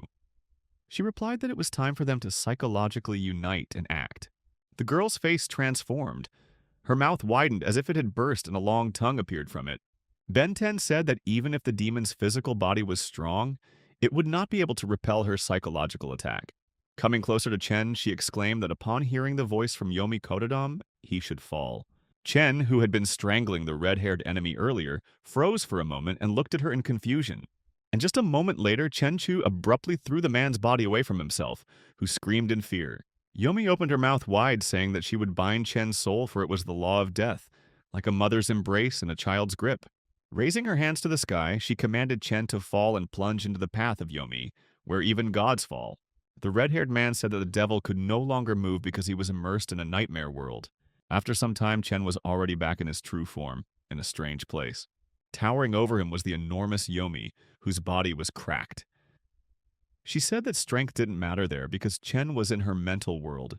Chen suddenly became covered in ice, and Yomi kept saying that his physical magic was useless, and he couldn't use witchcraft either. Chen's body was pierced by beams as Yomi said that this was a solo arena for spiritual combat. And after just a few blows, Chen began to cough up black blood, unable to bear it. The girl towered over him and asked if he was in pain. It was just that in her world the feeling of pain was heightened. Yomi exclaimed that Chen also couldn't lose consciousness, but on the contrary, he would become even more clear-minded. The girl pierced Chen's body with dozens of beams again, saying that every nerve of his would feel agony. A huge pool of blood was already visible under Chen when he thoughtfully said that since this was a mental world, these were imaginary wounds. Coughing up blood, the man smiled and asked if such wounds could really be fatal. Yomi exclaimed that her Kododoma would make him kneel and beg for death, because even now, Chen was thinking about attempting suicide. But the man ignored her words and smiled, saying that he meant something else. Chen straightened up and said that if he didn't even feel pain, then her Kododoma was just an annoying noise. The girl's face began to crack as she cried out in fear that this was impossible. And just a moment later, Yomi struck the man's chest again, sending him flying. Then the girl smiled nervously and thoughtfully asked if Chen really didn't feel pain. Chen said that if this feeling of pain was taken as 100 points, then the pain from his blood boiling while activating the Crimson Flame bloodburst could be considered 1,000,000. Hearing these words, the girl's face suddenly changed, and she smiled madly. The man's eyes flashed a bright blue light as he said that Yomi's imagination was quite interesting. The man then suddenly raised his chin, saying that from now on, Yomi's soul would remember only one thing. Chen said that Yomi had lost, and those words were etched into her mind like shards. The girl fell to the ground and began to spin. repeating only one phrase about her loss. The Great One at that moment looked in surprise at the face of Yomi, who was lying on the floor with drops of blood on her face. But a moment later, the man smiled mockingly and ordered the girl to stand up. And a moment later, Yomi suddenly stood up from the floor and flew exhausted towards Chen. The Great One asked if Chen had made Shen Tian her puppet, and her Kodadama had reflected on her. Then Shen Tian took up her sword and said that they needed to get out of this sinister place. The Great One hissed through her teeth that this was betrayal because she was trained to kill her master. Chen said that their battle was over and it was time for them to leave, and his control over the victor's aura would wear off on its own in 3 days. But the Great One raised her hand and said that those who dare to challenge the deity will pay with their blood. The Great One said that Ben 10 could now die, and a moment later a man with wings and a mask beheaded her. Chen cursed and said that it was the first time he had seen someone so cruel killing himself. Inari asked why the great ruler did this, since Ben 10 was one of them. She replied that the useless have no right to become gods. Then the blonde frowned and smiled, saying that the shell of a loser was not worthy of the gift sent by the gods. The Great One looked at the sky, saying that the interweaving of light and darkness, the cycle of life and death, everything will return to oblivion, and they must become gods. Opening her arms, the blonde said that the interweaving of light and darkness, the cycle of life, is all Takamagahara's dance of death. But the man looked down, and then grinned, using a bloody explosion of crimson flame. And a moment later, the man's body turned red, and here and there, scales were visible. His hair became lighter, and horns appeared from his head. The blonde asked fearfully what actually connected Chen and the lizard, since their powers were so similar. And then the blonde suddenly rushed forward, smashing the ground under his feet to pieces. The blonde's eyes widened in fear, and she immediately recoiled from the man. But when Chen was about to catch up with the girl, she was suddenly covered by the wings of her comrade. But Chen wasn't going to stop there, striking the gray wings again and again. A man with a red face and a long nose suddenly pounced on Chen, causing him to jump back. But then the man suddenly jumped into the air using the ability of Yata no Kagami, Shinsho Yokurin. But the man at that moment barely swayed, as if trying to resist the light. Chen covered his face with his hands as if to avoid the bright light hitting his face. Chen Chu then leaned down even more, clenching his teeth tighter and protecting his body. The blonde said that Yokurin is able to pierce the shields of demonic animals. It's like microwaves that destroy from the inside. Then Chen's eyes flashed brightly as he suddenly straightened up and coughed up blood. And just a moment later, Chen Chu screamed loudly and pulled out a huge sword, near which lightning was visible. And a moment later, Chen suddenly thrust the tip of the knife into the floor, as if cutting through stone. Pulling his sword forward, a small red shield appeared next to Chen Chu, blocking him from the rays. But at the same time, somewhere under the floor, a certain man was slowly crawling, watching what was happening. Then the man gripped his sword tighter and tried to attack Chen Chu from behind, using the strongest demonic attack. Quietly approaching the enemy, the man suddenly thrust a knife into Chen's back, causing him to burst into purple smoke. But then the man suddenly opened his eyes wide in horror and surprise as he looked at Chen. Chen Chu was now wearing the Demon Emperor armor, which allowed him to avoid the attack. Turning around abruptly and waving his hand, Chen Chu hissed through his teeth that the man should get lost. And just a moment later, Chen Chu used firepower, swirling the enemy's body in flames. The Great One looked at this and said that where there is light, there is also shadow. And as long as the latter exists, Tsuku Yomi is immortal. At the same time, Chen Chu towered over the body of his enemy, who was trying to fight him. And a moment later, the red-haired man hit Chen using the shadow destruction skill. But Chen was once again unmoved. He merely clenched his fists and assumed a fighting stance. The red-haired guy muttered under his breath that Chen had an amazing defense system. At this time, there were still 2 enemies standing behind Chen, directing light at him. And then a man with a red face and small horns suddenly attacked his opponent. With a strike from behind, the old man easily managed to knock Chen Chu to the ground, knocking the sword out of his hands. But the guy immediately tried to get up, looking at his wounded hand in bewilderment. The Great One said that Tengu's attacks could destroy the enemy's defense. Even the strongest shield would be destroyed with one breath. Quickly getting up from the floor, Chen looked tensely at his sword, which was a couple of meters away from him. But then Chen Chu just chuckled and said that it was a good try. And just a moment later, several sharp swords were aimed at Tengu, and he could only try to dodge. But then the red-haired man tried to strike Chen again, but he jumped up in time. The man tried to strike the enemy again by jumping up, but it was useless. The man used various tactics, even tried to use binding, but everything was useless against Chen. Chen then suddenly jumped up and broke the enemy's sword with one blow, calling him trash. Looking at the strange spirit next to him, Chen asked if it couldn't be killed while the shadow existed. The man then used the explosion, saying that it then ruined the shadows along with him. The explosion sent the red-haired man flying, leaving him lying on the ground in agony and covered in smoke. But the man wasn't going to stop there, and flying higher, he swung again. Chen then struck the enemy's body with all his might, breaking even the floor into pitiful pieces. The red-haired man's eyes immediately rolled back, and a thin stream of blood flowed from his mouth. Chen stood on the rubble, his body ablaze, as he asked if anyone else dared to speak out against him. The red-haired girl immediately rushed forward towards the corpse, calling him her brother, but Tengu stopped her.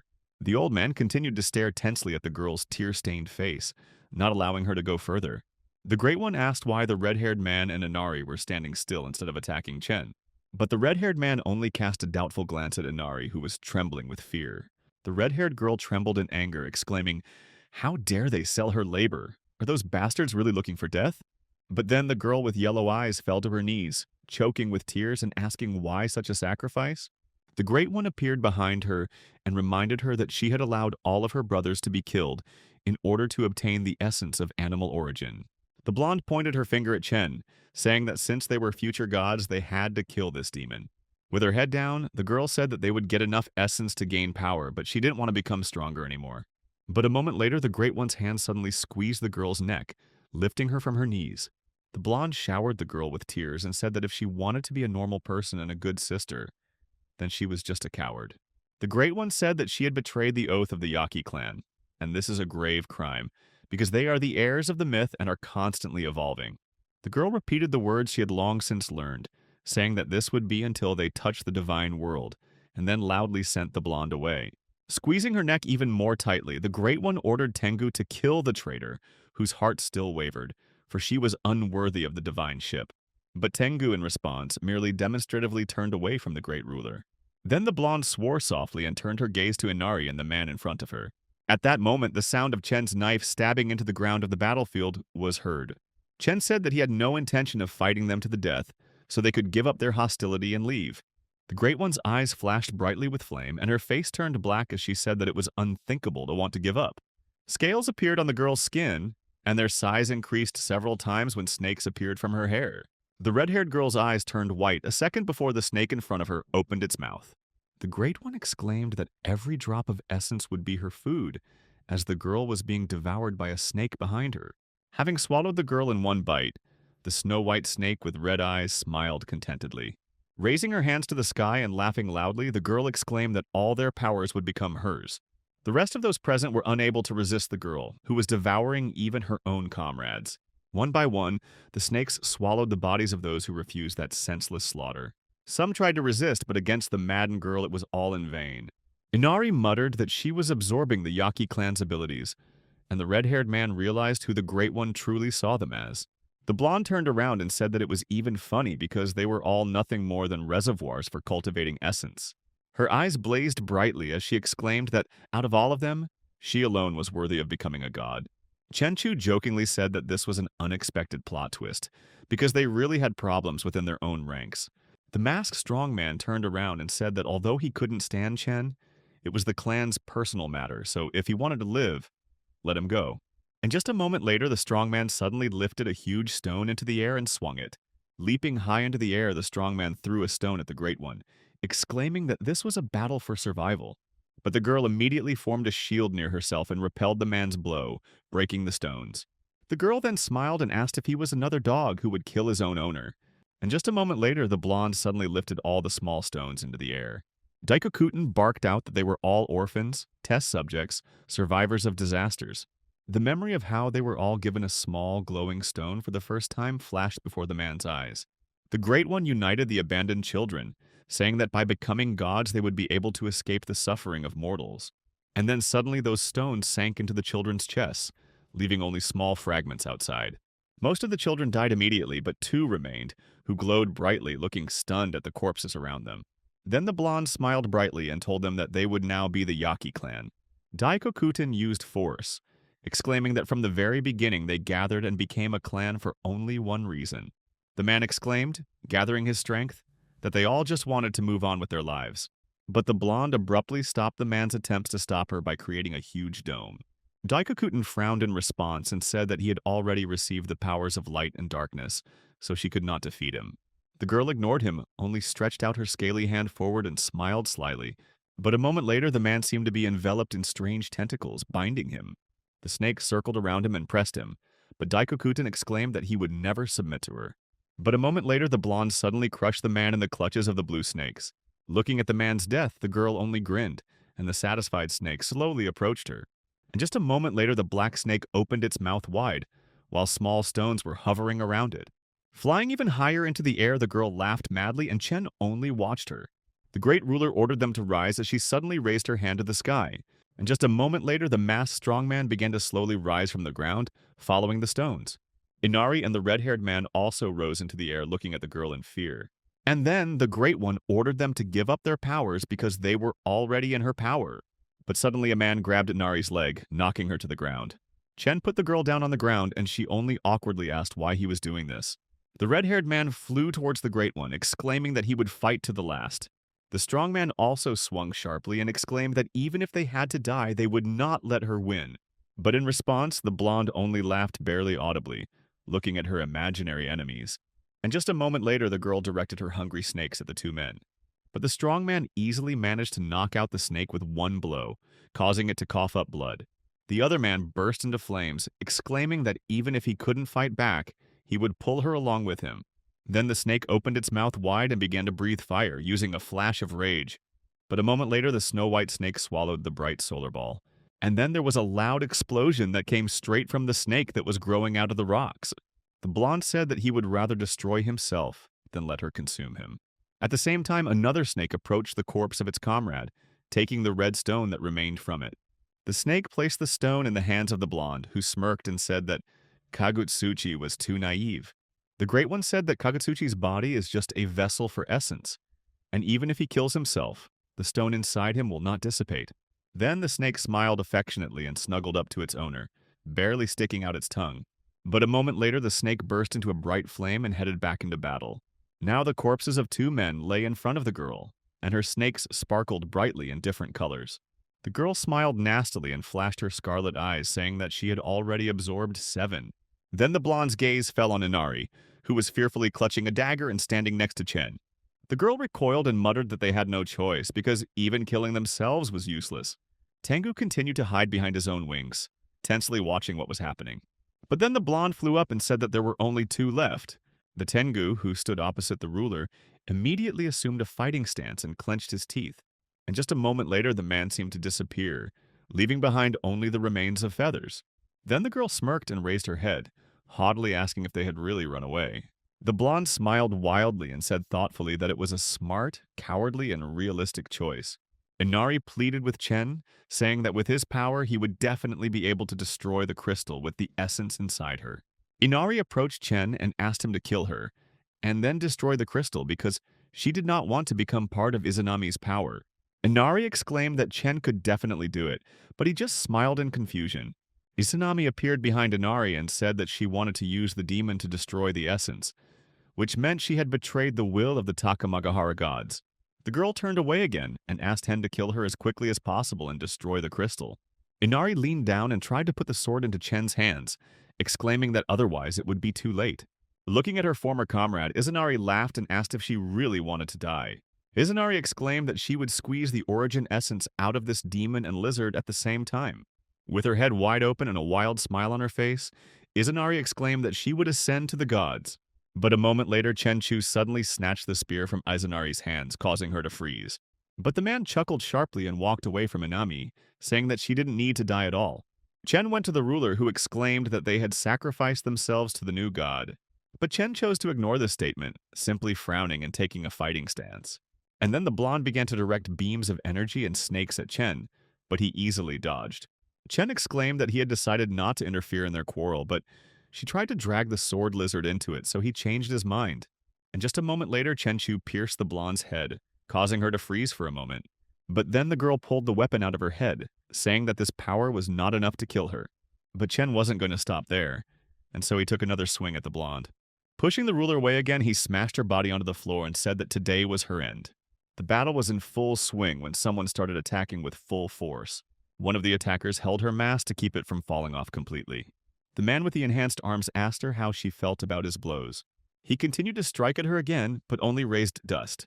By this time, Izunami had begun to transform into something strange and said that the blow didn't even tickle her. Another attacker uttered some kind of spell about lightning hardening the body and fire forging bones. The next moment, it began to strengthen and transform into a new form. Everyone present looked at him with distorted, disbelieving eyes. The man rose higher into the sky, and Izunami prepared to repel another attack. The sounds of blows cut through the air with renewed force every now and then, and stones and dust flew from all sides. Two monsters fought each other, and the girl leading one of them tried to dodge new attacks. The attacking man smirked and looked at her with hatred, saying that she had dodged again. He said that if she still had any tricks left, now was the time to use them. Izunami folded her hands in a prayer gesture and was about to summon some new monster. She released several black snakes and deftly directed them towards the killer. The girl's opponent also raised his hand up, intending to cast some new spell. At one point, a ball of lightning appeared around him, protecting him from all of his opponent's attacks. The girl was horrified to realize that the Yamada dungeon, her hidden technique, had not worked. The man continued to menacingly approach the poor girl. Lightning was still striking around him, and he looked extremely menacing. Izunami thought that this monster, even when walking, his blood pressure seemed more terrible than that of the gods. She decided to try to defeat him again, and began to cast a new spell. The next moment, the girl again began to control her white snakes and directed them at the enemy. A huge snake appeared behind the monster she was fighting. He turned to look at her, and several curse words came out of his mouth. The man immediately deftly surrounded the strange animal with his magical lightning. But it didn't work, and the monster immediately headed towards him, changing color. The man tried again to call upon his magical powers for self-defense. He found himself pinned to the ground by the huge bulk of the blue snake, but he still resisted. Having avoided another attack, the man rose back to his feet and looked as angry as possible. But as soon as he stood up, the snake opened its mouth and prepared to eat the fighter. He didn't expect such an attack from the snake at all, so he was momentarily confused. Izunami realized that she had finally gained some sort of advantage. The girl looked at her opponent and was glad that he had finally calmed down. The snake she summoned has now disappeared underground again. The man who had just been devoured looked at what was happening and found no words to react. The huge snake, which seemed to be going underground, now began to writhe to the sides in pain. Izunami didn't understand what was happening and how it all came to this, so she froze in place. The snake that had been her trump card was now cut in two. Behind her, the enemy's voice sounded, saying that even after absorbing her comrades, she was still weak. The next moment, a vine wrapped around the still stunned girl's neck. Drops of blood appeared on the girl's neck, and she screamed that she was a goddess and therefore could not die. She had to rise above all. She had to ascend to the divine palace. She was supposed to look down on all living things from the heights of a deity, but now she was slowly dying. The man looked at the dying Izunami and said that she had had enough of crimes. The girl still refused to believe that death awaited her in a few seconds. Even lying on the ground and bleeding, she found the strength to repeat the words that this could not be. Meanwhile, her partner with a fox mask was sitting somewhere near the rock. The same man who had dealt with Izunami herself a few minutes ago approached her. He looked down at the girls and said that Izunami was gone. Chenchu raised a girl with a fox mask from the seabed. They jumped out of the water and headed towards some ship nearby. There, in a foreign language, two people were talking about not knowing who these two were. Chenchu looked at the people around him and thought that they were foreigners. He tried to explain something to these people as clearly as possible, gesturing actively. From his gestures, he was asking the sailors to take her to shore. Then the man asked them if they understood his words. The two men looked like they weren't paying any attention to what Chen Chu was trying to convey to them, and the young man couldn't understand whether they understood anything or not, and this only made the situation worse. But they brought her to shore anyway. Humanity was a species extremely prone to strife and selfishness. The number of people killed at the hands of their comrades was greater than the number of victims of disasters.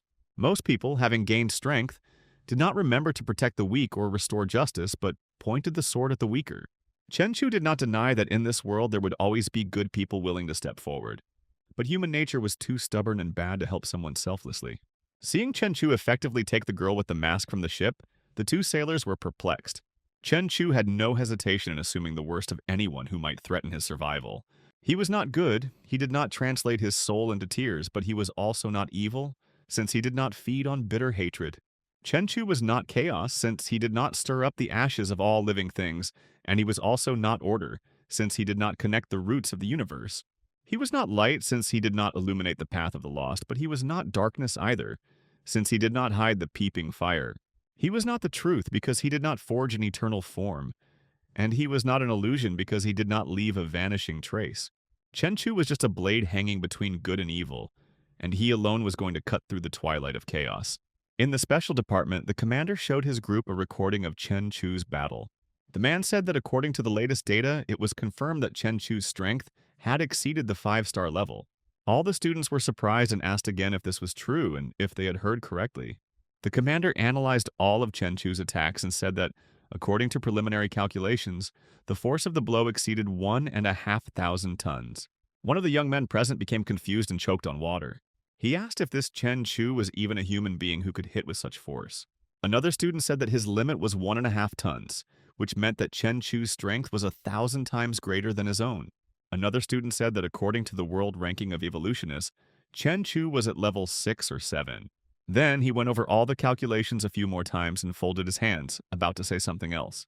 The commander said that once the evolved ones passed the 5-star level, physical strength ceased to be the criterion of strength. And all because it was replaced by a supernatural force. The young man asked if he would have such power if he leveled up enough. The commander replied that each country has its own system of evolution, and everyone's ultimate goal is to awaken supernatural abilities. For example, gravity control, fire raging throughout the body, telepathy, and so on. People were ready for anything. As far as the commander knew, the neighboring state was developing technologies to accelerate the evolution of their evolved ones. Then the man dashed all the students' hopes, saying that they were weaklings and hadn't even made it to 4 stars, but were already dreaming of God knows what. Hearing this, all the students stood up from their seats as one, and, putting their hands to their heads, took an oath to Lord Guan. Chen Chu held the crystal in his hand and thought about how everyone said that this was a source, but in fact, it was just a slightly more advanced spiritual energy crystal. He thought about how Izanami never imagined that this thing would end up in his hands. The young man squeezed the crystal in his hand and immediately a system notification sounded that the body's characteristics had been increased. Chen Chu realized that he was stuck at 9,999 and his constitution points had reached their limit. Seeing that Chen Chu was deep in thought, Xiaoxi walked up to him. The girl sat down next to him and asked if Chen Chu was okay, but he was still frightened by her sudden appearance. The man sat up on the sofa and said that everything was fine. The girl said she wanted to eat, and the young man offered her the remains of the energy crystals. Hearing what was being offered to her, Xiaoxi was delighted and quickly agreed to take the crystals. She walked up to Chen Chu and was about to eat what was left of the crystals. The man told her to eat more, and when she became stronger and could restore the gate, they would go fight the monsters. The girl smiled and agreed to this, wanting to increase her strength faster. The station insisted that global pollution levels had increased sharply, drawing the attention of scientists to this. Drones were flying around the purple funnel, and the news was saying that those who had evolved below the 4th rank were forbidden to leave the cleansing field. Scientists ran around the bases in fear when they were told that contact with contamination would lead to irreversible mutation. At the same time, some people who were dressed in special uniforms were walking forward. All fighters were ordered to take up positions, since the first wave of pollution, according to preliminary data, would reach the defensive line in 72 hours. Meanwhile, in the villa by the mountains, everything was quite fine, and the sun was shining brightly over the house. Chen Chu opened his purple eyes wide, sparks of flame playing in them. A moment later, Chen suddenly rose from the bed, frowning and ruffling his hair. Pressing his lips into a thin line, Chen thought about his premonition that a terrible catastrophe was approaching. But just a few moments later, a girl in a tight suit arrived at the man's house.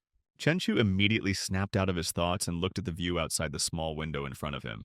Jian sat on the motorcycle as she took off her helmet, then shyly adjusted her hair as she turned around. Chen appeared at the passage and begged not to wake people up in the morning, and then asked what her name was. The girl pointed at herself and pronounced each syllable with displeasure, saying that her name was Huang Fu Jian. Looking at the bag of food, Chen awkwardly asked where the delivery was coming from, since he hadn't ordered anything for the past couple of days. The girl smiled softly and said that Chen had not ordered food for 2 days and she was worried that he would die of hunger in his room. Jian handed him the bag and said that the one on the left was his favorite, the 3 times a week stewed chicken and sauce, and the one on the right was the malaro that Chen liked to order at night, spicy and with extra. Chen Chu crossed his arms and asked if this girl was sick and was stalking him. Jian called Chen senpai, pouting and repeating that she was going to court him. Jian handed him bags of food and said that this was why she was monitoring every moment of his life. Chen paused for a moment and turned his tense gaze to the 2 bags in his hands. Jian then walked away from Chen and said, turning around one last time, that he should eat while the food was still warm. Winking and smiling, the girl warned senpai that she was already leaving. and Chen Chu continued to stand in place, motionlessly watching Jian in the distance. Rolling his eyes, Chen wondered why Jian even cared whether he ordered food or not. But the flow of his irritated thoughts was interrupted by the rumbling of his stomach, which betrayed his hunger. Pushing the bags away from himself, Chen thought that this was all clearly a setup by this woman. And after some time, Sasi appeared before the guy's eyes and turned to him. Shishi quickly ran out onto the porch of their house, and Chen asked what had happened. The girl looked at the guy and said about Xiaoxi's new door, insisting that she already felt their readiness. Chen smiled brightly in response and said that this was great, and as soon as they had breakfast, they would leave immediately. After some time, Chen Chu found himself in an abandoned, unfinished tower where a portal had opened.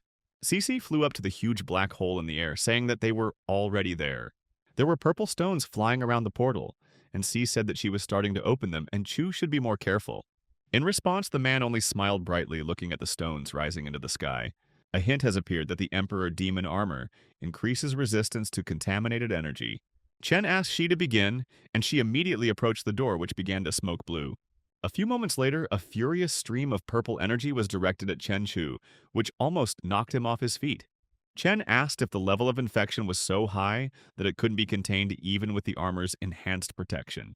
After some time, the man found himself in complete darkness and wandered off into the distance. With a heavy frown and his eyes flashing, Chen Chu ordered his color of perception to bloom. And a moment later, Chen looked up at the huge stone that almost crushed him. But just a moment later, Chen sharply cut the stone into two parts with just one blow. Having fallen further, a small explosion was left from the stone, blowing up everything that was nearby. Sitting on a rock amidst the clouds of smoke, Chen asked if his enemy would attack a second after meeting. Chen laughed and said that was right, turning his gaze to the four-legged monster. A hint appeared that Chen had discovered a four-armed primate demon that had scales. Chen Chu continued to sit on the rocks even when the monster suddenly disappeared into the floor. But a moment later, the monster was behind Chen, but he managed to react in time. Chen then frowned and looked at his opponent with interest as the degree of infection increased.